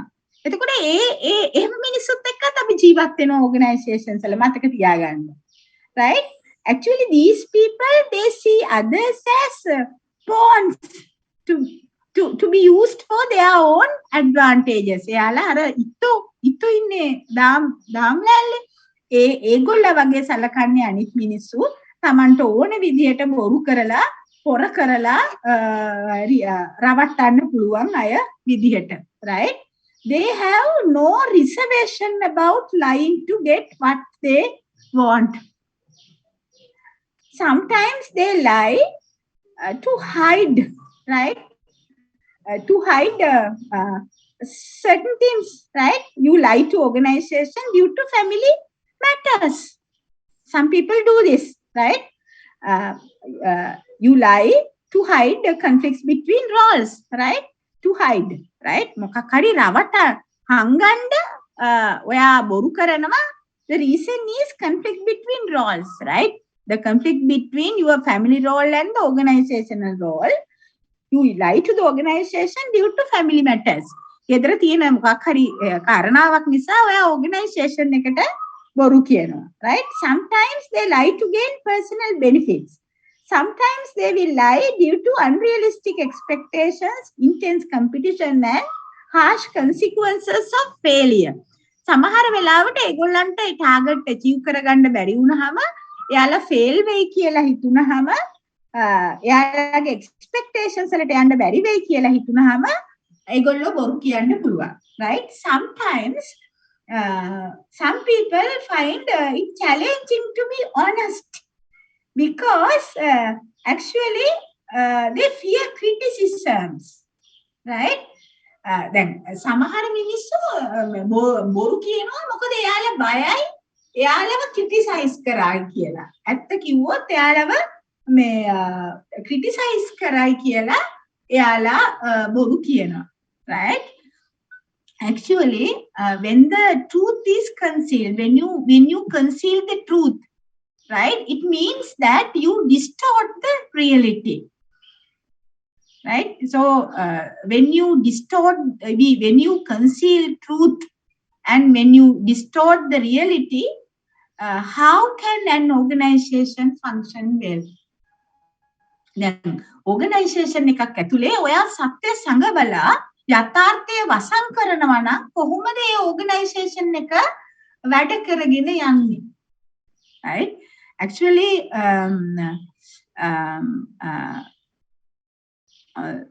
when if we take these two parties, employees and employers, right? If employees sense that the employers hide certain things, right? Employees lie to them, then the trust goes away. Then koi velawaka hari employees la hituwot ehema employers la ehema naththam subordinates la hituwot ehema managers la යාලට බොරු කරනවා කියලා ඒ දෙගොල්ල අතර විශ්වාසය තමයි කැඩෙන්නේ, right? So it is very important to cultivate an honest workplace, right? Be an honest leader. It is a prerequisite for an honest and open workplace. When leaders in the workplace lie, their subordinates are likely to follow it and are less likely to feel guilty about it. දැන් managers ලා විදිහට ඔයාලා මේ බොරු කරොත් එහෙම වාගේ subordinates ලා ඒ බොරු කරන්න තමයි උත්සාහ කරන්නේ, right? You can easily find examples of massive corporate corruption scandals such as Enron, then this Forge, right? In which unethical corporate leaders actually model a pattern of dishonesty, which was imitated by their subordinates and then eventually leading to catastrophic organizational failure. එතකොට අපි ඉස්සෙල්ලා මම explain කරපු ඒ Enron case එක ගත්තත් තව ගොඩක් examples තියෙනවා. ඒ සියල්ලම ගත්තත් ඒ ඔක්කොම දිහා බැලුවහම අපිට තේරෙන්නේ මේ unethical leaders ලා බොරු කියන unethical leaders ලා නිසා subordinates ලාත් බොරු කියලා අන්තිමට මුළු organization එකම ලොකු disaster එකකට ගෙනිච්ච examples තමයි ඒ වගේ අපි දක්නට ලැබෙන්නේ, right?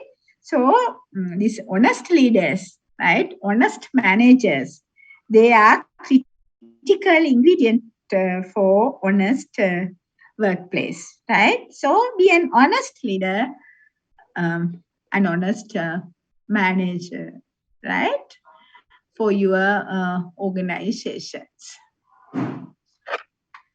Next, I will move to bullying, right? This is also very interesting topic, right? Very sorry for continuing the session without giving a break, right? කනගාටු වෙනවා බ්‍රේක් එකක් නැතුව ඉස්සරහට යන එක හේතුව තමයි කොයි වෙලාවෙ මගේ පවර් යයිද කියලා දන්නේ නැති එක. හරි? So I will explain the bullying.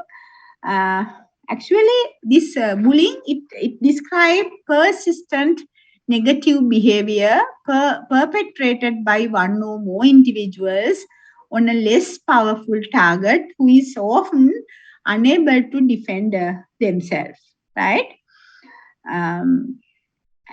Everyone should be, you know that everyone should be treated with dignity and respect at work. So bullying is totally unacceptable behavior as it denies their right, as it denies right of other people. It is a major workplace problem that makes the daily working life of many workers intolerable. දැන් බුලින් කියලා කියන්නේ අඛණ්ඩවම යම්කිසි පුද්ගලයෙක්ව පුද්ගල කණ්ඩායමක් target කරගෙන negative විදිහට ඒගොල්ලන්ට කරදර කරන එක තමයි බුලින් කියලා කියන්නේ. Right? This bullying, it can occur in a number of different ways. Actually, some methods are obvious and easy to identify, but some methods are subtle and difficult to explain, right? Some of the bullying behaviors are ignoring views of others, right? Then withholding information which can affect a worker's performance.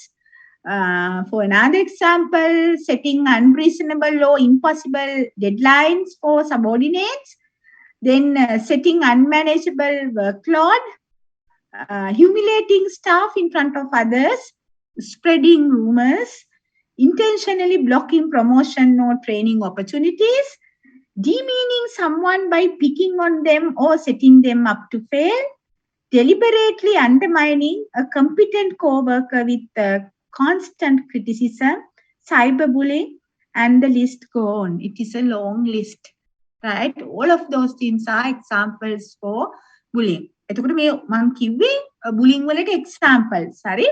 අනිත් අයගේ views, එයාලගේ ideas අපි ignore කරන එක. ඊට පස්සේ අනිත් අයට හානි කරන්න ඒගොල්ලන්ගේ performance වලට බලපාන තොරතුරු හංගන එක. ඊට පස්සේ සමහරලාට කලම මැනේජර් කෙනෙක් subordinates ලට impossible unreasonable target set කරන්න පුළුවන් fail කරන්නම purposely, right? ඊට පස්සේ unmanageable workload එකක් set කරන්න පුළුවන්. අනිත් අය ඉස්සරහා ලැජ්ජ කරන්න පුළුවන්. ඒක හොඳට මතක තියාගන්න. කවදාවත් කාටවත් බයිනවා නම් අනිත් අය ඉස්සරහා බයින්න එපා. එයා වෙනම ගෙනල්ලා එයාට බයින්න. හරි? ඔයාට බනින්න ඕනේ නා. වරදක් කරා නා. හරි? Spreading rumors කියන්නේ organizations ඇතුලේ හරියට කතන්දර කියලා මිනිස්සු ගැන බොරු කතා පතුරවනවා. හරි? ඊට පස්සේ ප්‍රොමෝෂන් එකක් හරි ට්‍රේනින් ඔපචුනිටි එකක් හරි purposely block කරන්න පුළුවන්. demeaning කියන්නේ කවුරු හරි කාව හරි යාට සුදුසු ස්ථානය දෙන්නේ නැතුව අපි ආව පල්ලෙහාට දාලා කතා කරන එක. ඒක තමයි demeaning කියලා කියන්නේ. හරි? ඒ විදිහට අරගෙන මිනිස්සුන්ව ෆේල් වෙන්න සෙට් කරන්න පුළුවන්. ඊට පස්සේ competent co-worker කෙනෙක්ව අනවශ්‍ය විදිහට අඛණ්ඩවම criticize කරන එක. cyber bullying කියන්නේ ඉලෙක්ට්‍රොනික මීඩියා හරහා bullying. මේ ඔක්කොම bullying යටතට තමයි ඇත්තටම වැටෙන්නේ. මිනිසුන්ව දැඩි ලෙස හානි කරන්න පුළුවන් මේ bullying behaviors වලට. Right? Now here you can see an example of a university, right? How they deal with workplace bullying. They have taken steps to prevent bullying before it creates a risk to health and safety of its members, staff and the students, right? Actually, what they have done, they have developed a system of values and they provide instructions to build respectful relationship among the staff as well as among the workers, right? For example, they value integrity and collegiality, right? This collegiality, it is the relationship between colleagues, right? Collegiality, it is the relationship between colleagues. A colleague, you know the meaning of colleague. Colleague is a fellow member of the same profession, right? So this collegiality, it is the companionship and cooperation between colleagues who share the same responsibility, right? It is a friendly relationship between who work together or do the same job, right? So within the university, they value collegiality and all the workers as well as students and the staff work according to this one, right? The other value is integrity. You know the meaning of integrity. It is the adherence to strict moral or ethical code, right? It is the incorruptibility, right? Integrity is the incorruptibility. The values in relation to integrity are honesty, ethical behavior, drive, and accountability. And the values in relation to collegiality are openness, respect, collaboration, and trust, right? So, if all the members of the organization value these things really, right, practically, it will prevent bullying and other type of misbehaviors within the organization. එතකොට මේ ඔයාලට පේනවා මේ honesty, ethical behavior, drive, accountability, openness, respecting to each other, collaboration, trust, මෙහෙම දේවල් මේ වගේ values තියෙන workforce එකක් ඉන්නවා නම් ඒගොල්ලෝ අතරේ කවදාවත් bullying ඇති වෙන්න විදිහක් නැහැ. හරි. එතකොට value system එකක් හදලා ඒක ඉන්කල්කේට් කරන්න ඕනේ. හරි. ඒ කල්චර් එක ඇතුළේ එම්බෙඩ් කරන්න ඕනේ. සියලු දෙනාම මේ values වලට අනුව ජීවත් වෙන තත්යකට පත් කරන්න. එහෙම වුණොත් තමයි මේ bullying නැති කරන්න පුළුවන්. Right? Next, in the other column, you can see instructions to build these respectful relationships. Right? So, what are the instructions? Treat all others with respect, courtesy, fairness, and equity at all times. Right? At all times, that is very important. Then ensure your behavior at work is respectful of others and of a professional in nature. Then be authentic in your actions and work. What do you mean by authentic? That is, be genuine, real, right? Don't copy, don't fake your feelings, right? Be authentic in your actions and words, right? Then be self-aware of your own behavior and the impact of your behavior on others. It is very important, right? Always question your own behavior, right? Check whether it is right or wrong, right? Whether your behavior here hurt others or not. හැමතිස්සෙම තමන් කරන දේ වැරදිද හරිද? ඔයා කරන දේ අනිත් අයට හානි කරද නැද්ද කියන එක ගැන හැමතිස්සෙම ඔයා අවධානය යොමු කරන්න. Right? Then actively promote safe working practices and safe working environment for everyone. Right? Actively promote, especially this safe working environment, both mentally and physically, right, for everyone. And respect policies and procedures of the organization in relation to harassment and bullying. Actually, if you don't have these policies and procedures of the organization within the organization, then introduce such policies to the organization. And if you have such policies, then respect and those policies and work according to the behave according to those policies, right? If all the people act according to these instructions, then they will be able to create a bullying-free culture within this organization, right? Then look at this, right? What you can do if you witness or experience bullying. This is also very important, right? What to do if you witness or experience bullying? First one, don't afraid, right?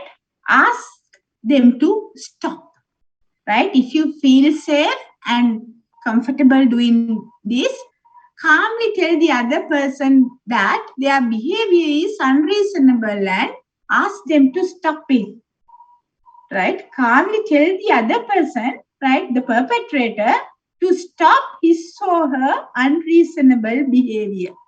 Explain them the consequences of their behavior and try to stop it. But be careful. දැන් පළවෙනි එකෙන් කියන්නේ මොකක්ද?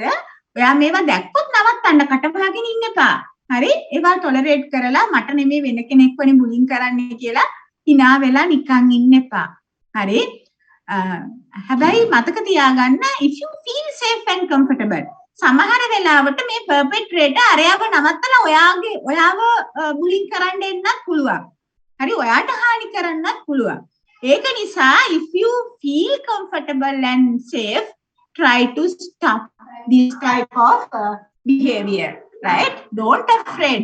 බය වෙන්න එපා. නමුත් මතක තියාගන්න මේවට hina වෙලා ඔයාට නෙමෙයි කියලා හක බලාගෙන ඉන්න එපා. අනිවාර්යෙන්ම මේ වගේ චර්යාවන් නවත්තන්න actions ගන්න. මොකද ඒක ඇත්තටම මිනිසුන්ට සුදුසු නෑ. හරි? මිනිසුන් වෙලා ඉපදුනාට පස්සේ මේ වගේ අනිත් අයට hurt කරන behaviors වල නිරත වීම හොඳ නැහැ, right? And if you experience bullying or see bullying, have the confidence to seek advice, seek help from others, right? If your organization actually has an online program to report this type of incident, report to them.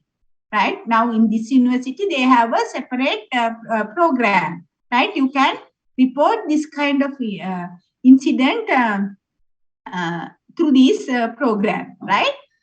Then if you have this health and safety officer or a team, then talk to them, right? Or you can discuss with this with your supervisor, or you can talk to the head of your unit or the manager, right? And you can contact any representative of the organization who are responsible to prevent such behaviors.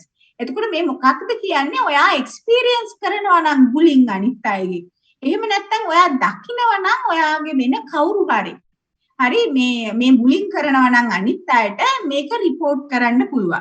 හරි? එතකොට ඔයාගේ organization එකේ online system එකක් තියෙනවා නම් එහෙම නැත්නම් you can actually appoint if you are the manager of the organization, then appoint a separate officer to cover this aspect, right? Or you can establish workplace health and safety team. දැන් ඇත්තටම මේවා අපේ organizations වල නැහැ. නමුත් ඔයාලා leaders ලා වෙච්ච දවසක මේ health and safety team එකක් establish කරන්න ඔයාගේ organization එක ඇතුලේ, in a way that they can look after the safety and health aspect of workers. A workers ලගේ health වලට safety වලට සම්බන්ධ දේවල් සාමාන්‍යයෙන් ඔය HR department එකේ කවුරු හරි එක්කෙනෙක් දෙන්නෙක් ඉන්නවා. ඒ වගේ දේවල් තමයි වෙන්නේ. එහෙම නැතුව එක sections represent කරන විදිහේ team එකක් හදලා මේ mental and physical health එකට බලපාන කරුණු ගැන analyze කරන්න, assess කරන්න, complain යන විදිහට මේ team එකක් හදන්න.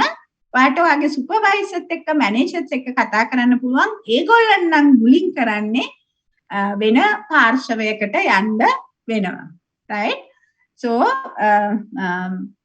if you experience bullying or see bullying, have confidence to seek actually help from other parties, right? Actually, this workplace bullying can lead to ill health, work-related stress, right? It affects morale, right? This is bad for organizations and bad for the workforce, because workers actually affected by bullying may take long periods of sick leave or leave the organization all together, right? දැන් මේගොල්ලන් ඔයාලා මතක තියාගන්න මේ workersලා මේ bullying වලට භාජනය වෙන මේ workersලා ඒගොල්ලෝ හැමදාම මේ ඉන්නේ නැහැ. හරි, හැමදාම කරදරයට පාත්‍ර වෙවි ඉන්නේ නැහැ. හරි, ඒගොල්ලෝ organizations දාලා යන්න පුළුවන්. හරි, එතකොට ඒක නවත්තන්න ඕනේ ඔයාලා managers ලා විදියට මේ හොඳ workers ලා මේ bullying වලට භාජනය වෙන හොඳ workers ලා organization එකෙන් ගියාම ඒක organization එකේ goodwill එකට image එකටත් හානිදායක වෙන්න පුළුවන්. Right? If your organization has policies and procedures in relation to bullying, harassment and discrimination, take actions accordingly. Right? If you don't have such policies, as a manager, please develop policies and procedures to prevent harassment, actually bullying and other misbehaviors within your organization. Right? You should have a transparent actually, this riskware, it is a name of a software of this particular university, right? In this university, they have introduced a software in a way that anybody can report bullying through this software, right? It is the name of the program, right? This computer program. තේරුණාද? riskware කියලා කියන්නේ ඇත්තටම we were talking about actually this plan of a university, right? මේ university එක මේ bullying නවත්තන්න use කරපු plan එකක් ගැන තමයි අපි මේ discuss කර ඉන්නේ. හරි? එතකොට මේක ඒ university එකේ මේ incidents report කරන්න, bullying related incident report කරන්න හදාපු program එකේ නම තමයි මේ riskware. Right? So likewise, you also can introduce a program, computer-based program, right? In a way that your workers can report this type of incidents online, right? දැන් උදාහරණයක් විදිහට ගත්තොත් අපේ UGC එක මේ වගේ සිස්ටම් එකක් තියෙනවා. මේ කවුරු හරි රැග් කරොත් එහෙම ඒ රැගින් ඉන්සිඩන්ට්ස් ඔයාට UGC එකේ වෙබ්සයිට් එකට ගිහිල්ලා මේ සිස්ටම් එකට ඔයා විස්තර දන්නවා නම් ඒකට ඇඩ් කරන්න පුළුවන්.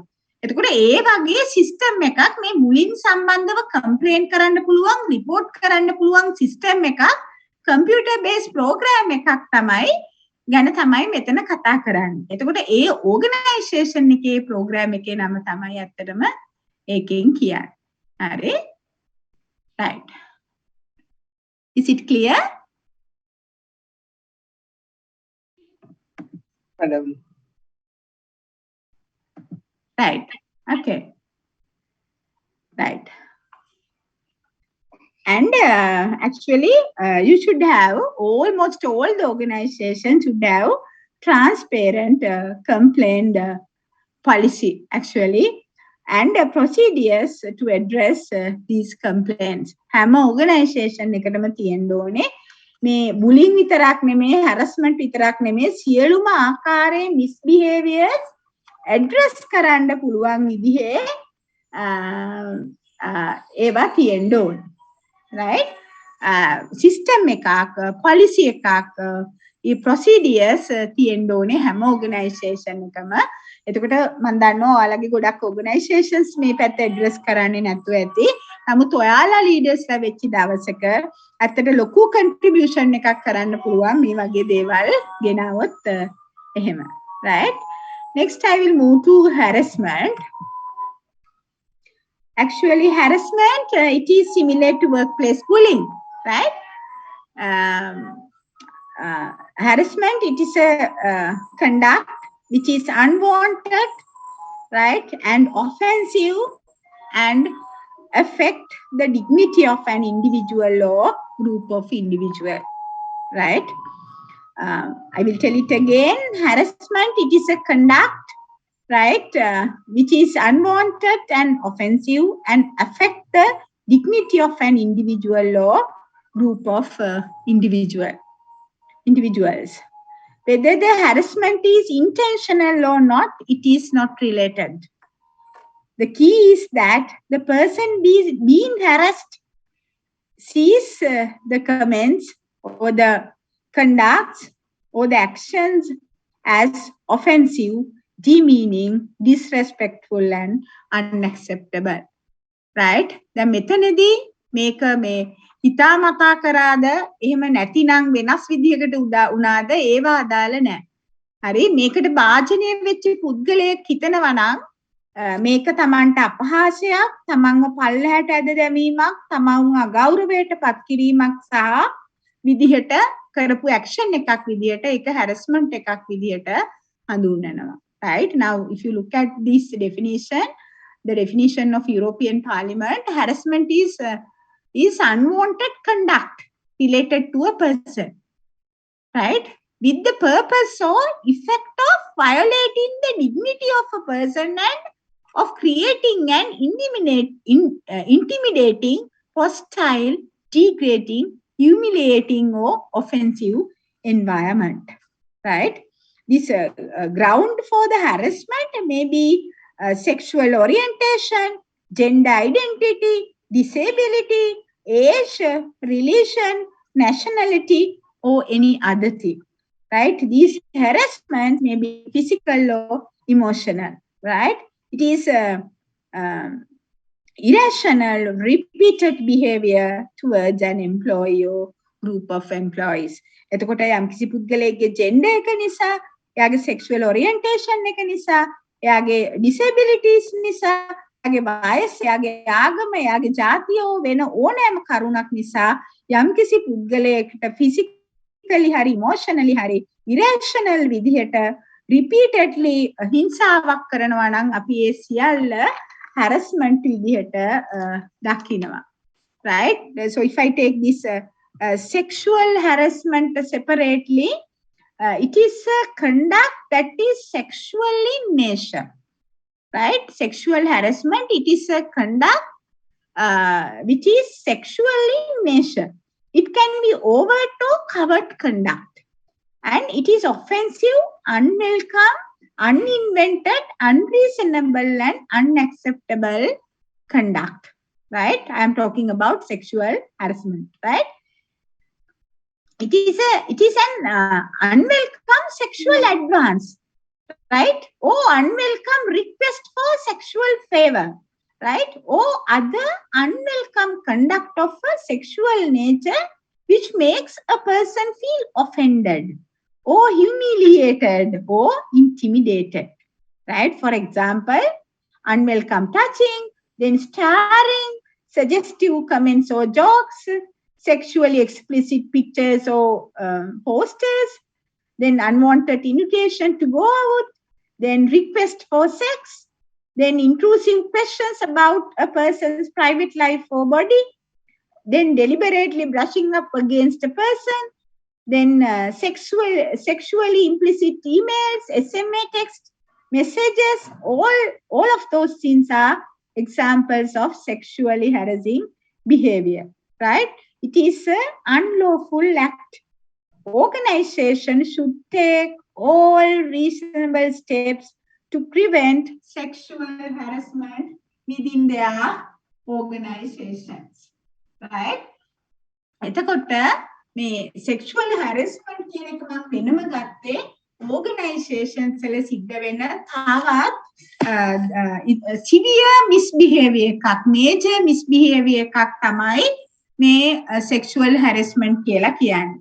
එතකොට මේකෙදි දැන් සමහර කෙනෙකුට ඔයාලා මතක තියාගන්න හක් කරන එක ප්‍රශ්නයක් නැති වෙන්න පුළුවන්.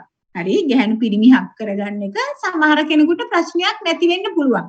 සමහර කෙනෙකුට ඇත්තටම හක් කිරීමත් sexual harassment එකක් වෙන්න පුළුවන්. එයාගේ එකඟත්වයේ මත ඒක නොකරොත් එහෙම. හරි? එතකොට මේ organizations ඇතුලේ ඔයාලට මම දන්නවා experience ඇති මේ gender bias jokes හරි එක්කෝ අල්ලන්න පුළුවන් unwelcome touching කියනවා ඔයාගේ දිහා බලාගෙන ඉන්න පුළුවන් ඇසපියේ නොහෙලා හරි ඊට පස්සේ එක jokes වෙන්න පුළුවන් නිකන් විහිළුවට වගේ ඇත්තටම ඔයා එනවද නැද්ද බලන්න කියන විහිළු වෙන්න පුළුවන් එතකොට sexually explicit pictures films වගේ දේවල් ඔයාට පෙන්වන්න පුළුවන් එළියට යන්න invite කරන්න පුළුවන් කෙලින්ම sexual relationship එකකට invite කරන්න පුළුවන් ඒ වගේම ඔයාගේ body එක සම්බන්ධයෙන් questions අහන්න පුළුවන් ඔයාගේ ඇඟේ හැප්පෙලා අනවශ්‍ය විදිහට අල්ලන්න පුළුවන් touch කරන්න පුළුවන් ඒ වගේම sexually explicit email SMS වගේ දේවල් යවන්න පුළුවන් ඒවා ඔක්කොම misbehaviors යටතේ සිද්ධ වෙන්නේ මේ මොනම කරත් ඔයාට විරුද්ධව නඩු දාන්න පුළුවන් හරි එතකොට organizations ඇතුලේ මේ වගේ දේවල් වෙන්න ඉඩ තියන්න එපා හරි stop right stop all form of harassment within your organizations as managers ensure safe environment for all type of workers එතකොට මේ හොඳ organization එකක් හදන්න නම් හරි happy workforce එකක් හදන්න නම් හරි මිනිසුන්ට උදේට organization එකට සතුටෙන් එන්න පුළුවන් මට්ටමක් හදන්න නම් ඇත්තටම සියලුම ආකාරයේ harassment නවත්තන්න ඕනේ. හරි ඒක ඉතාමත් වැදගත්.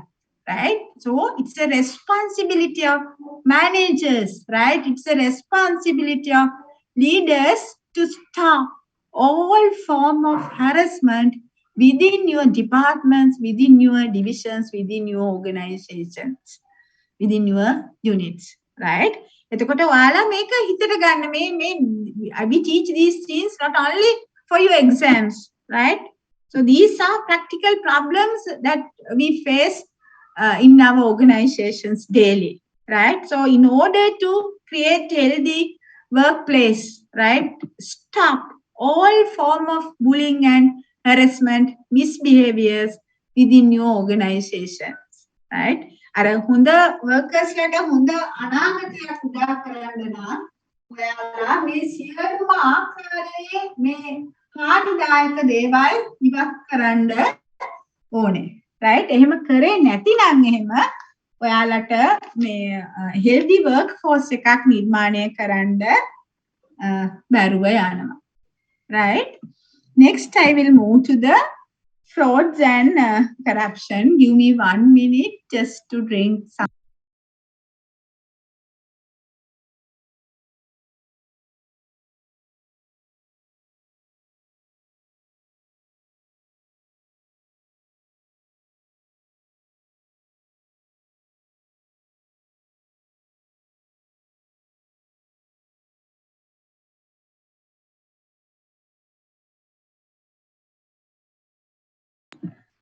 Right. Now here we have another misbehavior, another form of misbehaviors, frauds and corruption. Here frauds are wrongful deception intended to result in financial or personal gains. Right? So what are the frauds? They are wrongful deception intended to result in financial or personal gains. It is the actually crime of obtaining money or property by deceiving people. Frauds කියලා කියන්නේ මිනිසුන්ව රවට්ටලා සල්ලි හරි වෙන දෙයක් හරි ලබා ගන්න එක තමයි crime එකක් ඇත්තටම. හරි මේ frauds කියලා කියන්නේ. On the other hand, corruption means dishonest conduct by those in power, typically involving bribery, right? මේ බලේ ඉන්න පුද්ගලයින්ගේ dishonest behavior එකක් තමයි corruption කියලා කියන්නේ. ඒක example එකක්, right? So here we have a lot of examples such as bribes, right? Accepting or giving anything of material value or non-material value to get undue favor or to avoid issuing of traffic fines. Actually, can you give me a few examples for non-material bribes? Can one of tell me examples of non-material bribes?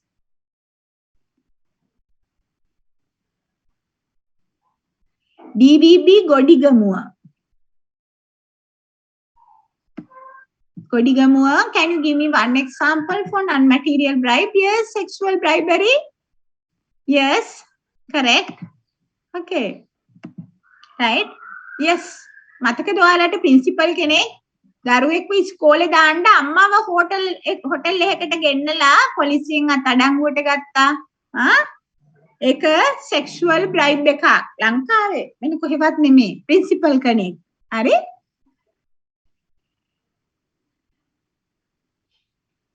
Example for non-material bribes, right? Then computer fraud, that is accessing unauthorized computers, engaging data mining via spyware and malware, hacking into others' computers, then destroying others' mails, right? All of those things comes under computer fraud. And then we have this conflict of interest. It is a situation in which a person is in a position to actually gain personal benefit from his or her actions, right? එතකොට දැන් මම position එක ඉඳගෙන ඊට පස්සේ මගේ වාසියට බලපාන තීරණ ගන්නවා නම් ඒ position එක තුල ඒක තමයි කියන්නේ conflict of interest කියලා. හරි? එතකොට ඒක misbehavior එකක්. හරි? දැන් සමහර organizations වල එහෙම සිද්ධ වෙනවා. හරි? දැන් ඔයාලට මතක ඇති.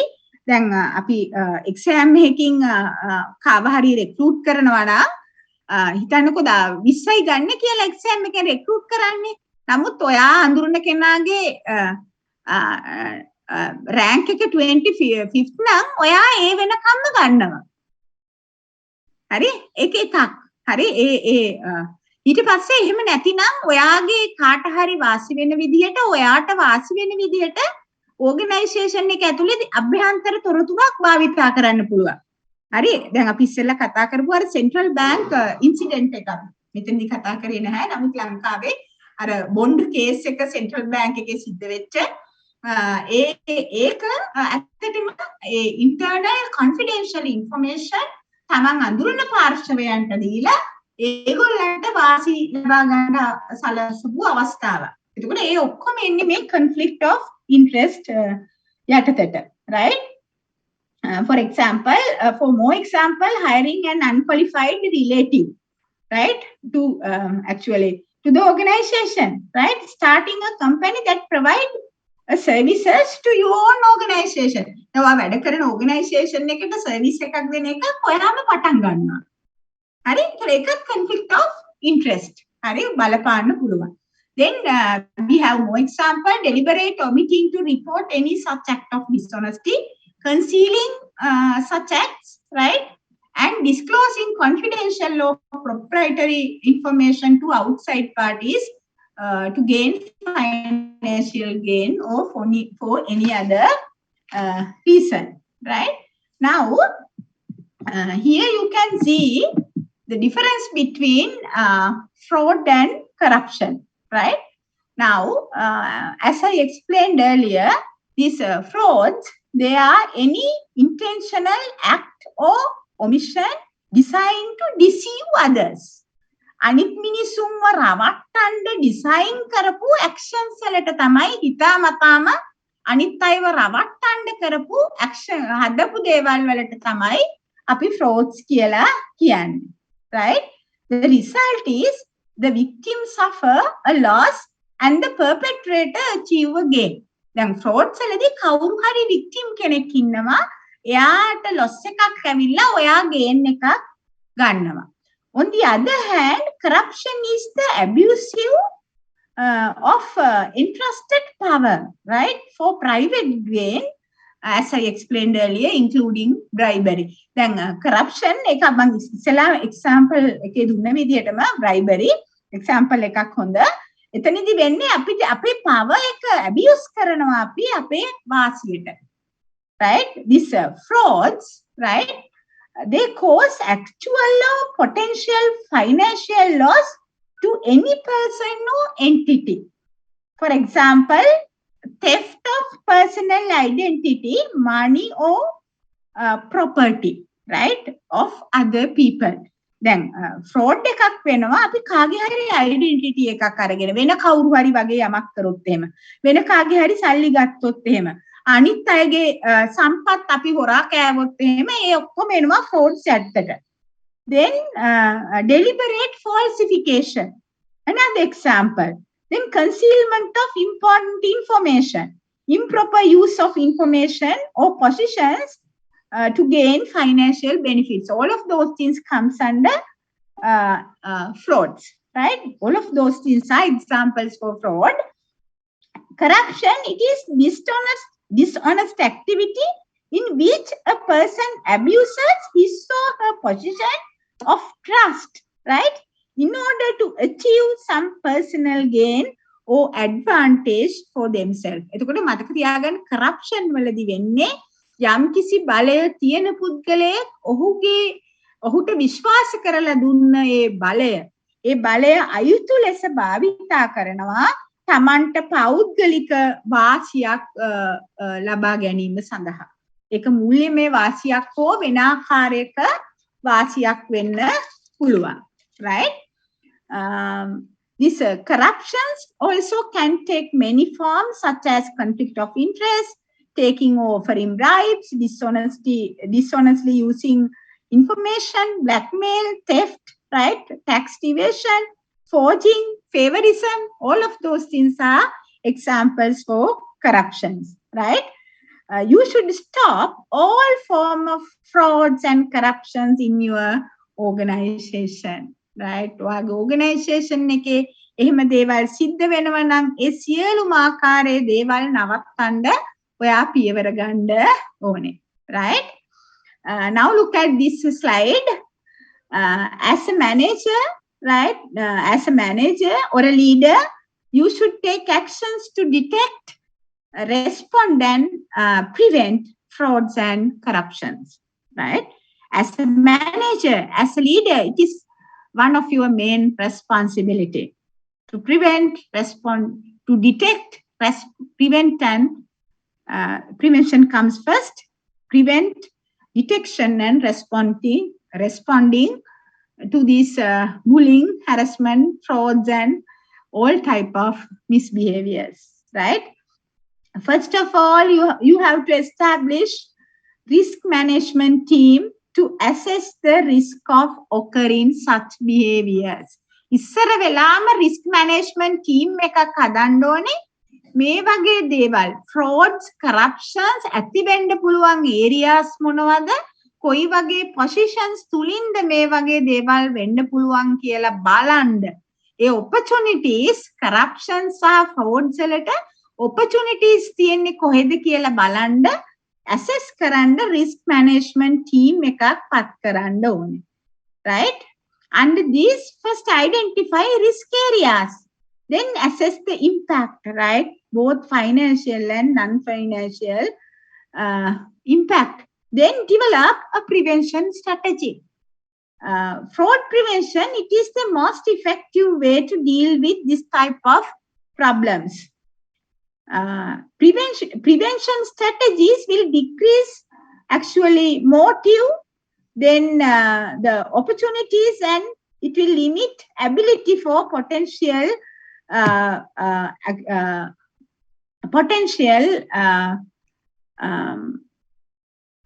perpetrators to rationalize their actions. එතකොට මේ preventive strategies කියන එක ඔයාලා දන්නවා preventive strategies කියන්නේ අපි යමක් සිද්ධ වෙන්න ඉස්සර වෙලා, ඒ කියන්නේ මේ frauds and corruptions වෙන්න ඉස්සර වෙලා ඒවා වීමට තියෙන ඉඩ කඩ අහුරාලන, හරි, strategies තමයි අපි preventive strategies කියලා කියන්නේ.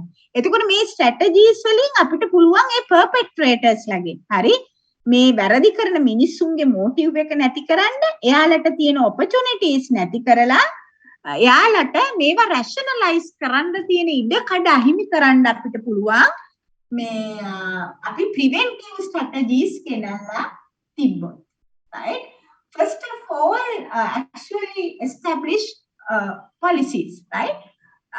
Now we are talking about prevention strategies. First of all, introduce fraud and corruption control policies to your organization, right? If you don't have such policies, please actually introduce such policies and procedures and controls to your organization, right? And then staff awareness and training programs. Then employment screening, that is when you recruit people, you can conduct background test and examine their past behaviors, whether they involved in this type of actions in the past, to check whether they involved in this type of behaviors in the past or not, right? Then employment screening කියලා කියන්නේ සේවකින්ව බඳවා ගන්නකොට background test එකක් කරන්න පුළුවන්. සමහර organizations වලින් කරනවා. හරි එතකොට මේ සමහර වෙලාවට මේ police report එකක් ගෙනාවට එකෙන් අහුණු වෙන්න පුළුවන්. හරි නමුත් ඒ organizations වල කාබුර හරි සම්බන්ධ කරගෙන මේ පුද්ගලයන් ගැන හොයලා බැලුවොත් එහෙම ඒගොල්ලෝ misbehaviors වල මේ frauds and corruptions වල involved වෙච්ච අයද engage වෙච්ච අයද කියලා බලන්න පුළුවන්. හරි ඊට පස්සේ ඒගොල්ලන්ගේ attitudes test කරලා එහෙම නොවන අය recruit කරන්න පුළුවන්. Right? Next, examine and investigate your suppliers and their behaviors carefully. That is supplier vetting. Right? Supplier vetting means investigating and examining your suppliers carefully. And the purpose is to ensure that they don't involve in such behaviors. දැන් ගොඩක් වෙලාවට ඔයාලගේ suppliers ලා තමයි ඔයාලගේ workers ලාව අල්ලගෙන මේ වගේ වැරදි කරන්නේ. හරි දැන් යුනිවර්සිටි ගත්තාත් උගක්කයි කියනවා ඔය supply කරනකොට materials tenders call කරනකොට ඒ bribes දෙන ඒවා ගන්න ඒවා සිද්ධ වෙනවා කියලා කියනවා.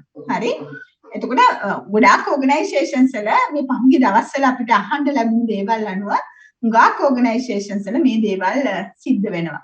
එතකොට suppliers ලව investigate කරලා carefully ඒගොල්ලන්ව පරීක්ෂා කරලා බලන්න ඕනේ. ඒගොල්ලෝ මේ වගේ දේවල් වල නිරත වෙනවද කියලා. Right? And then check whether your members or the managers they have this conflict of interest. Right? Declarations ගන්න ඕනේ ඒගොල්ලන්ට එහෙම දේවල් නෑ කියලා. හරි එහෙම ගත්තට විතරක් මදි. ඔයා පරිස්සමෙන් බලන්න ඕනේ. හරි actually it is profitable to prevent losses using these fraud prevention strategies.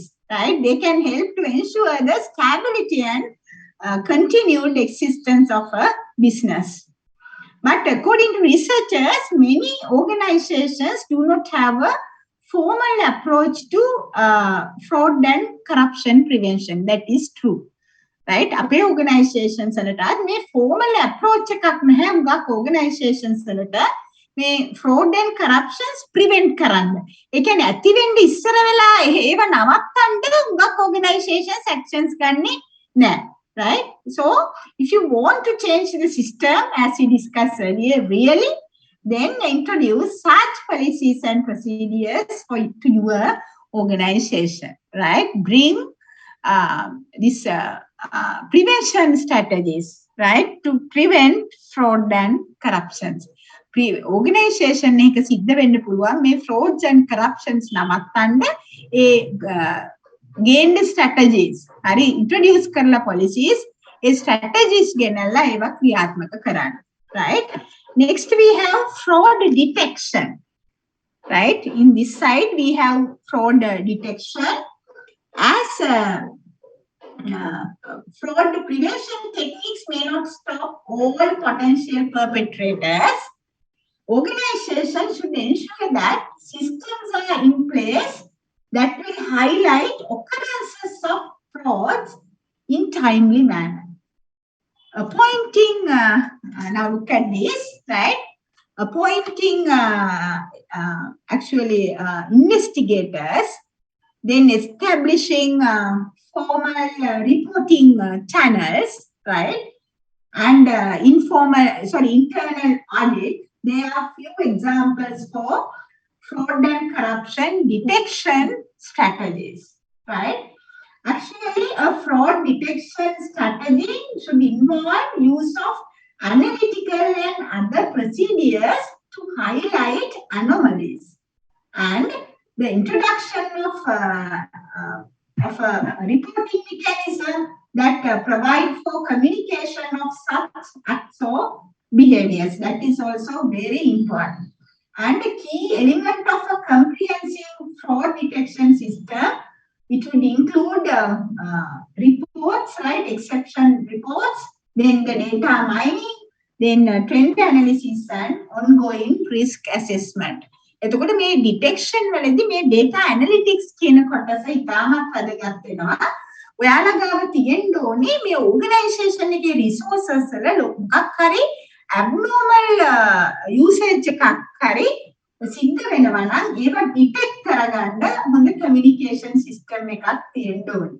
එතකොට මේ data mining, trend analysis, ongoing risk assessment වගේ දේවල් උදව් වෙනවා organization එක තුල ඒ වගේ දේවල් සිද්ධ වෙනවද කියලා බලන්න, right?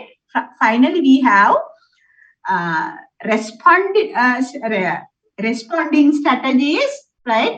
Fraud responses. Organizations should have clear and consistent process for handling allegation of fraud, corruption and other form of misconduct, right? Actually දැන් organization එකක් ගත්තොත් එහෙම දැන් මෙතන අපි කතා කරා මේ fraud and corruptions ඇතිවීම වළක්වන්න ගන්න පුළුවන් දේවල්. හරි මෙතනදී කතා කරා එහෙම දේවල් ඇති වෙනවා නම් ඒවා අපි detect කරන්නේ කොහොමද කියලා. ඊට පස්සේ අපි ගාව තියෙන්න ඕනේ මේ detect කරපු frauds and corruption වලට අපි මොකද කරන්නේ කියලා කොහොමද අපි ඒවට respond කරන්නේ කියලා ඒ strategies ටික තියෙන්න ඕනේ, right? එතකොට organizations වලට ඒ frauds and corruptions වලට respond කරන්න බොහොම formal system එකක් approach එකක් තියෙන්න ඕනේ, right? So you can appoint a specific team, right? Here we have a fraud and corruption response team to address these issues. As managers, you should respond to these misbehaviors. ඔයාට අහක බලාගෙන ඉන්න බෑ.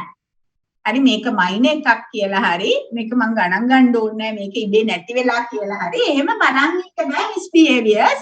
ඔයා manager විදිහට leader විදිහට ඒවා tolerate කරොත් ඒවා continuously වැඩි වෙවි පවතිනවා. So you have to investigate these fraud and corruptions properly and take actions, right? Initially, you can establish legal procedures to recover money and other properties. එතකොට මේ recovering වලට වාට පුළුවන් procedures හදලා ඒවා establish කරලා මේවා කරන්න. Then compensating those injured by the misconduct, right? And then administrating disciplines, communicating to the wider employee population that management took appropriate responsive actions, right? Those are strategies, right, which comes under respond, right? එතකොට මේ මේකදී අපි කිව්වා මේ team එකක් තියෙන්න ඕනේ ඊට පස්සේ legal procedures තියෙන්න ඕනේ recover කරගන්න මේගොල්ලන් හොරකම් කරපු දේවල් හරි ඊට පස්සේ ඒ හානියටපත් පාර්ශවයන්ට වන්දි ගෙවන්න ක්‍රමවේදයක් තියෙන්න ඕනේ ඒ වරදි කරපු මිනිසුන්ට දඬුවම් දෙන්න ක්‍රමවේදයක් තියෙන්න ඕනේ ඊට පස්සේ ඒ මුළු ඕගනයිසේෂන් එකේම පොපියුලේෂන් එකට ඒ කරපු වැරද්දේ ස්වභාවය ඊට දුන්න දඬුවම ලැබුවේ කවුරුද කියලා දැනගන්න සලස්වන්න සිස්ටම් එකක් තියෙන්න ඕනේ. එතකොට මේවා තමයි මේ රෙස්පොන්ඩින් යටතේ ඕගනයිසේෂන්ස් ඇතුලේ තියෙන්න ඕනේ. එතකොට මේ සියල්ලම තියෙනවා නම් අපිට ඕගනයිසේෂන් එකක් තුල මේ fraud and corruptions ඇති වෙන එක වළක්වන්න පුළුවන්. Right? So that is all about fraud and corruption. Next, I will move to another very interesting topic, organizational romance. Right? Now look at this. What is it? Organizational romance. Have you heard of this as a part of organizational behavior? Here we discuss organizational romance as a misbehavior, right? Actually, they are mutually desired relationships between two employees of the same organization that entail physical attraction. It is some form of intimate relationship between two employees who have both expressed their romantic feelings in the form of dating or other intimate association. In this relationship, there are some element of sexuality and physical intimacy. Many individuals meet their partners in the workplace. We know that, right? Longer work hours, they place men and women together for greater amount of time, while also increasing interactions between and dependence on each other. These increased interactions between men and women lead to increased possibilities for romantic or sexual encounters, right? Sexual relationships. Wherever there is workplace, there will be workplace romance, right? You can't reject them. But, right, according to this rationalist, right? According to the scholars and researchers who introduced this rational organizational concept, sex in the workplace, romance in the workplace, that is inappropriate. It is beyond the boundaries of the professionalism, and being professional means keep work and sex or love or romance separate. So beginning love into the workplace interjects, according to them, right? Beginning love into the workplace interjects an irrational emotion into the rationality, right? The workplace, it is built on a foundation of rationality, and it is not designed to accommodate people falling in love. It is the view actually shared by a lot of scholars and researchers who introduced this rational organizational concept, right? දැන් මොකක්ද අපි කතා කරේ romance ගැන. හරි? මේ organizations වල ඔයාලා දන්නවා මේ ආදර සම්බන්ධතා තියෙනවා. හරි? යාළු වෙනවා. හරි? බොහොම තරුණ තරුණියෝ ඒගොල්ලෝ එකට වැඩ කරන්නේ දවස් දිග මුළු දවසම වැඩ කරනවා. එකට වැඩ කරනකොට මේක සම්බන්ධතා ඇති වෙනවා. ඒව sexual nature intimacy base කරගෙන ඇති වෙන්නේ attraction එක. මේක ලංකාවේ නම් men and women වෙන්න පුළුවන්. නමුත් අනිත් රටවල් වල මේක වෙනස් අපි කතා කරපු අර අනිත් gender identities උත් එක්ක වෙන්න පුළුවන්. හරි. එතකොට මේගොල්ලෝ මේ ආදරය කරන්න පටන් ගන්නවා, යාළු වෙනවා. ඊට එහා ගිය වෙන ඒවාත් තියෙන්න පුළුවන්. හරි. ඔයාලා ඔක්කොම work කරනවා නම් organizations වල ඔය හැම organization එකේම families ගෙවල් වල families තියෙන අයට relationships තියෙනවා organizations වල හැමෝටම නෙමෙයි. හරි එහෙම අවස්ථා තියෙනවා. එතකොට married කරලා families තියෙන දරුවෝ ඉන්න wife husband ඉන්න අය organizations ඇතුලේ වෙනම දේවල් තියාගෙන ඉන්නවා වෙන්න requirements වලට. ඊට අමතරව බොහොම innocent love affairs ඇති වෙන්නත් පුළුවන්. එතකොට මේ ඔයාලා දන්නවා මේ rational organization කියන concept එක organizations ඇතුළට මේ rationality, rational decision making, rational thinking මේ ඔක්කොම ගෙනාපුවාම මේ emotion එකක් මේ love, romance, sex ඔක්කොම මේවා emotions නේ මේක එකතු කරනවා rationality එකට irrationality. හරි? එතකොට මේ ආදරය කියන එක අතීතයේ ඉඳලම organizations වල මේ sex and romance මේවා allow කරපු දේවල් නෙමෙයි. හරි? එතකොට මේවා ඇත්තටම බලනකොට මේ වගේ මේ අවාසිදායක තත්ත්වයන් තියෙන්න පුළුවන්. හරි? ඇත්තටම තියෙන්න පුළුවන්. හරි? කොහොම අවාසිදායක තත්ත්වයන් තියෙන්න පුළුවන්.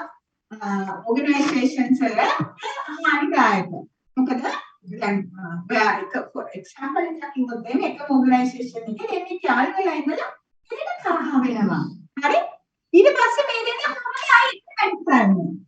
හරි? එක ප්‍රශ්නයක් නේ. මේ තරහ වෙලා ඉඳලා යාළු වෙලා ඉඳලා තරහ වුණාම ආයි වැඩ කරන්නේ එකට. එතකොට ඒ රිලේෂන්ෂිප්ස් වලට බලපානවා. ඊට පස්සේ පවුල් වල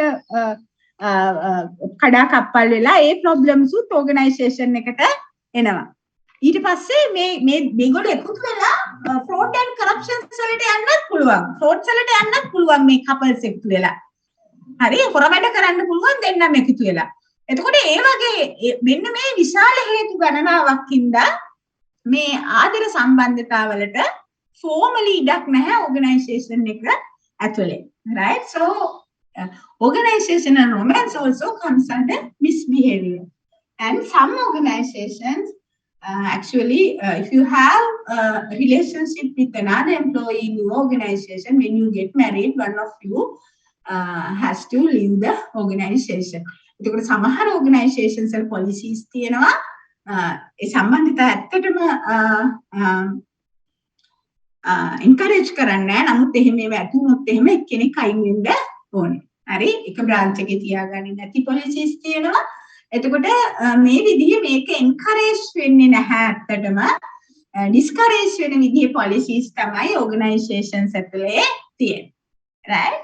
So that is all about organizational romance. If you are interested in this area, you can conduct even a research, right, about organizational romance in organizational context and their impact on performance, right, of workers as well as organization. මේ කාට හරි උනන්දුවක් තියෙනවා නම් ඇත්තටම මේ අපි මේ පාඩම පුරාම කරපු දේවල් හොඳ රිසර්ච් ඒරියා එකක්. හරි? රිසර්ච් කරන්න හොඳ අසුබිමක් දෙනවා. මේ ඕගනයිසේෂනල් රොමැන්ස් කියන්නේ රිසර්ච් ලංකාවේ වැඩි නැහැ. හරි? නමුත් රොමැන්ස් තියෙනවා ඕගනයිසේෂන්ස් වල. රිලේෂන්ෂිප්ස් තියෙනවා. රිසර්ච් නැති එක තමයි තියෙන්නේ. හරි? ඒ වගේම ඕගනයිසේෂන්ස් වලට බලපෑමටත් ලක් වෙනවා. ඒක නිසා ඔයාලට පුළුවන් ඕන නම් ක්වොලිටේටිව් රිසර්ච් එකක් වගේ එකක් කරන්න. right? Here we have a conceptual framework in relation to organizational misbehavior. It reflects everything that we discuss under this session. Right? Here we have antecedent at individual level, position and or the task level, group level and organizational and professional level. Right? I discuss these levels and explain a few examples. Right? Not all. And here we have the different type of behaviors: intrapersonal, interpersonal, production misbehaviors, property misbehaviors, and political misbehaviors. We talked about all of those things also.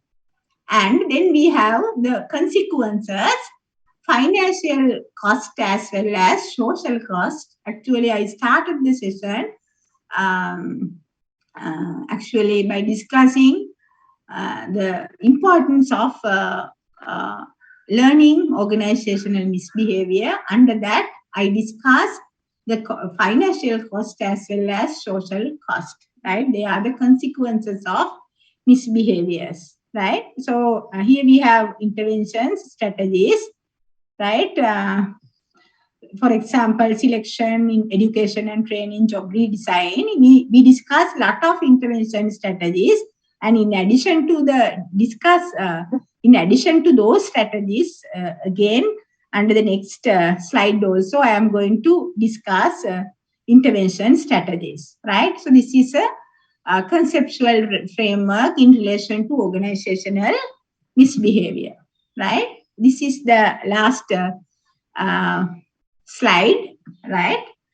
Let me explain it. Here we have the intervention strategies, right? How to manage organizational misbehaviors.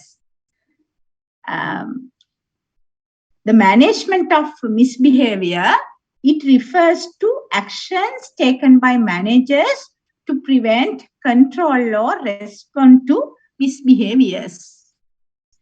The first one is pre-employment strategy, right? That is the first point of intervention where management can carefully screen and refuse to hire risky individual. Under this strategy, pre-employment strategy, managers can carefully screen and refuse to hire risky individuals. Actually, design a proper selection process to select employees who do not engage in misconduct or misbehaviors. You can use personality test, attitude test, or other type of test to screen these people. Right? For example, this background test, right? The first step to hiring ethical employees is to ensure your culture is ethical. That is also very important, right? If your culture is not ethical, right, then the ethical people will not apply for your organization. If it is not, right, if your culture is not ethical, you risk scaring away more moral candidates before their resumes ever meet your desk. එතකොට ඔයාගේ organisation එක ප්‍රසිද්ධයි නම් මේ මිස්බිහේවියර්ස් වලට කවදාවත් මේ ethical employeesලා application එකක්වත් එවන්නේ නැහැ. ඒක නිසා ඔක්කොටම ඉස්සෙල්ලා ensure කරන්න ethical culture එකක් තියෙනවා කියලා organization එක ඇතුලේ, right? Then you can ask from referees, right? From educational institutions and previous working places, right? It is the background test. You can collect information in relation to the candidate's behavior from previous employees and their educational institutions. And next, you can use the induction programs as well as the socialization process to inform rules, regulations, policies, and procedures of the organization in relation to these misbehaviors. Explain what is wrong and right within the organization. Introduce the disciplinary system of the organization clearly. Tell them the consequences of misbehaviors. And introduce the culture of the organization and the expected behavior. Communicate all the control system, right? Maybe performance evaluation system, reward system, promotion system, and disciplinary system clearly. දැන් මෙතනදී ඉතාමත් වැදගත් වෙනවා අපි ඉස්සෙල්ලා කිව්ව විදිහට එකක් හොඳට ස්ක්‍රීන් කරලා එම්ප්ලොයිස් ලාව සිලෙක්ට් කරන්න ඕනේ, ඒගොල්ලන්ව බෑග්ග්‍රවුන්ඩ් ටෙස්ට් එකකට ලක් කරන්න ඕනේ. ඊට අමතරව ඒගොල්ලන් රික්‍රූට් කරාට පස්සේ ඉන්ඩක්ෂන් process එකෙත් සෝෂියලයිසේෂන් process එකත් තුලත් ඕගනයිසේෂන් එකේ policies මේ misbehaviors වලට against තියෙන policies, rules, regulations ගැන ඉතාමත් හොඳ awareness එකක් දෙන්න ඕනේ. ඕගනයිසේෂන් එක තුල expect කරන behaviors මොනවද, culture එක කොයි වගේද, සහ ඕගනයිසේෂන් එක තුල තියෙන control systems මොනවද, punishment, rewards සහ performance evaluate කරන මේ සියල්ල disciplinary systems ගැන ඉතාමත් හොඳ අවබෝධයක් ලබා දෙන්න ඕනේ, right? Next, actually we talked about the socialization. Next one, behavior control. Actually introduce behavior controlling mechanism to the organization. First of all, leaders and managers, they should lead by example. That is very important, right? Leaders and managers, they should lead by example. They should guide the employees and tell what is expected of them. Leaders can take active interest in inculcating necessary values to the employees. Creation of an ethical culture or a creation of an ethical climate that is very important to promote this good, healthy working environment, right?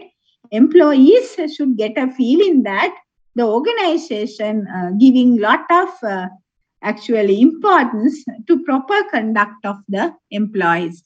Then employees ලට දැනෙන්න ඕනේ යාළගේ චර්යාව සම්බන්ධයෙන් organisation එක මේ organisation එකේ ඉන්න මැනේජර්ස්ලා ලොකු අවධානයක් යොමු කරනවා කියලා ඒගොල්ලෝ අවදියෙන් ඉන්නවා කියලා ඔයා කොහොමද හැසිරෙන්නේ කියලා. හරි? එතකොට එහෙම තියෙනවා නම් ඒගොල්ලෝ වැරදි කරන්නේ නැහැ. හරි? Then develop a company-wide policy that emphasizes zero tolerance toward workplace misbehavior. That is very important. ඔයාට පුළුවන් නම් මේ zero tolerance misbehavior policy එකක් organization එකට gained. Zero tolerance bullying and harassment policy එකක් ගේන්න එක ලොකු contribution එකක් වෙයි ඔයාගේ organization එකටත් රටට. Right? Managers and employees actually they should be given training on identifying and reporting inappropriate workplace behaviors, and introduce controlling mechanisms to monitor the behavior of people, as we discussed earlier. Accordingly, you can use strategies such as direct supervisors, using open office layout, then CCTV, sudden plant or office visit, or monitor internet usage. එතකොට ඔයාලට මේ ගොඩක් methods techniques use කරන්න පුළුවන් මේගොල්ලන්ව directly monitor කරන්න මේගොල්ලන්ගේ behaviors. සහ ඒගොල්ලන්ට දැනුම් දෙන්න ඔයාලා ගැන ඔයාලගේ behavior එක ගැන organization එක managers ලා supervisors ලා නිතරම බලාගෙන ඉන්නවා කියලා. එතකොට open office layout, direct supervisors ලා CCTV, sudden plant visit, office visit, ඒ වගේ දේවල් මේ misbehaviors වලින් මේ members ලව ඈඩ් කරලා තියාගන්න බලපානවා.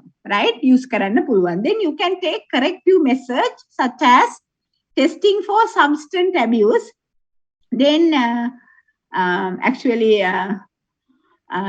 remove, right? Fire people who engage in misconduct. It is a corrective measure. වැරදි වැඩ කරන මිනිස්සුන් අයින් කරන්න පුළුවන්. හරි? එක corrective measure එකක් නිවැරදි කරන්න ඒ අයින් කරන කය ඒගොල්ලන්ව අස් කරලා දැම්මහම අනිත් අය ඒව කරන්න බයයි. හරි? දැන් මත්ද්‍රව්‍ය මත්කුඩු වගේ භාවිතා කරනවාද බලන්න ටෙස්ට් කරන්න පුළුවන්. And you can send people to rehabilitation programs. වැරදි කරන අය ඉන්නවා නම් opportunity එකක් දෙනවා. ඔයා පුළුවන් නම් ගිහිල්ලා හොඳ වෙලා එන්න. හරි? නැත්තම් ගන්නෙ නෑ. Right? Then building teams to monitor and prevent misbehaviors. Actually, you can build teams within units, within departments, as well as within the organization to monitor and prevent such misbehaviors. කණ්ඩායම් ඇති කරලා යාලට මේකේ responsibility එක දීලා අවදියෙන් ඉන්න කියලා අපි ඉස්සර වෙලා කතා කරපු විදිහට නිතරම මේක ගැන හොයා බලන්න පුළුවන්. මොකද හොඳට මතක තියාගන්න මේ members ලා දන්නවා නම් managers ලා අනිත් අය ඔයාගේ misbehaviors ගැන අවදියෙන් ඉන්නවා කියලා ඒගොල්ලෝ පුළුවන් තරම් ඒ වගේ ඈත් වෙන්න තමයි බලන්නේ. Right? Then the providing industrial counseling services to both perpetrators as well as victims. Right? It is another corrective measure. Organization can provide counseling services to both perpetrator as well as victims. Counseling, it is a psychological healthcare intervention in the workplace which help the employee to meet professional counselors to discuss about the difficulties in work. Right? ඔයාලා දන්නවා මේ counseling කියලා කියන්නේ workplace එකේ ඇතිවෙන මුහුණ පාන අසීරුතාවයන් පිළිබඳව discuss කරන්න ඒගොල්ලන්ට සපයලා දෙන සේවාවක්. Right? Under this, the employees they receive support and confidential atmosphere to discuss about the problems with the counselor, right? The counselor helps the employee to deal with the work-related and behavioral problems. එතකොට මේ counselors ලා perpetrators ලට වගේම victims ලටත් උදව් කරනවා යාලට ඒකෙන් මිදෙන්න, right? And next you can use the grievance handling system, grievance handling procedure. Grievance handling procedure refers to the process that provides individual employees the opportunity to express, actually complain to their managers without fear. Grievance handling system එකක් ඔයාලා දන්නවා. එකකින් කියන්නේ employee කෙනෙකුට බයකින් තොරව තමන්ගේ complaint එක කරන්න තියෙන procedure එකක්, right? So design very strong given grievance handling process for your organization and settle the issues as early as possible. Be transparent, gather data, examine the causes for the grievance, identify perpetrators and take decisions as well as actions to address those issues as soon as possible, right? So that is the grievance handling system. Then design very strong whistleblowing policies. It means that the company gives the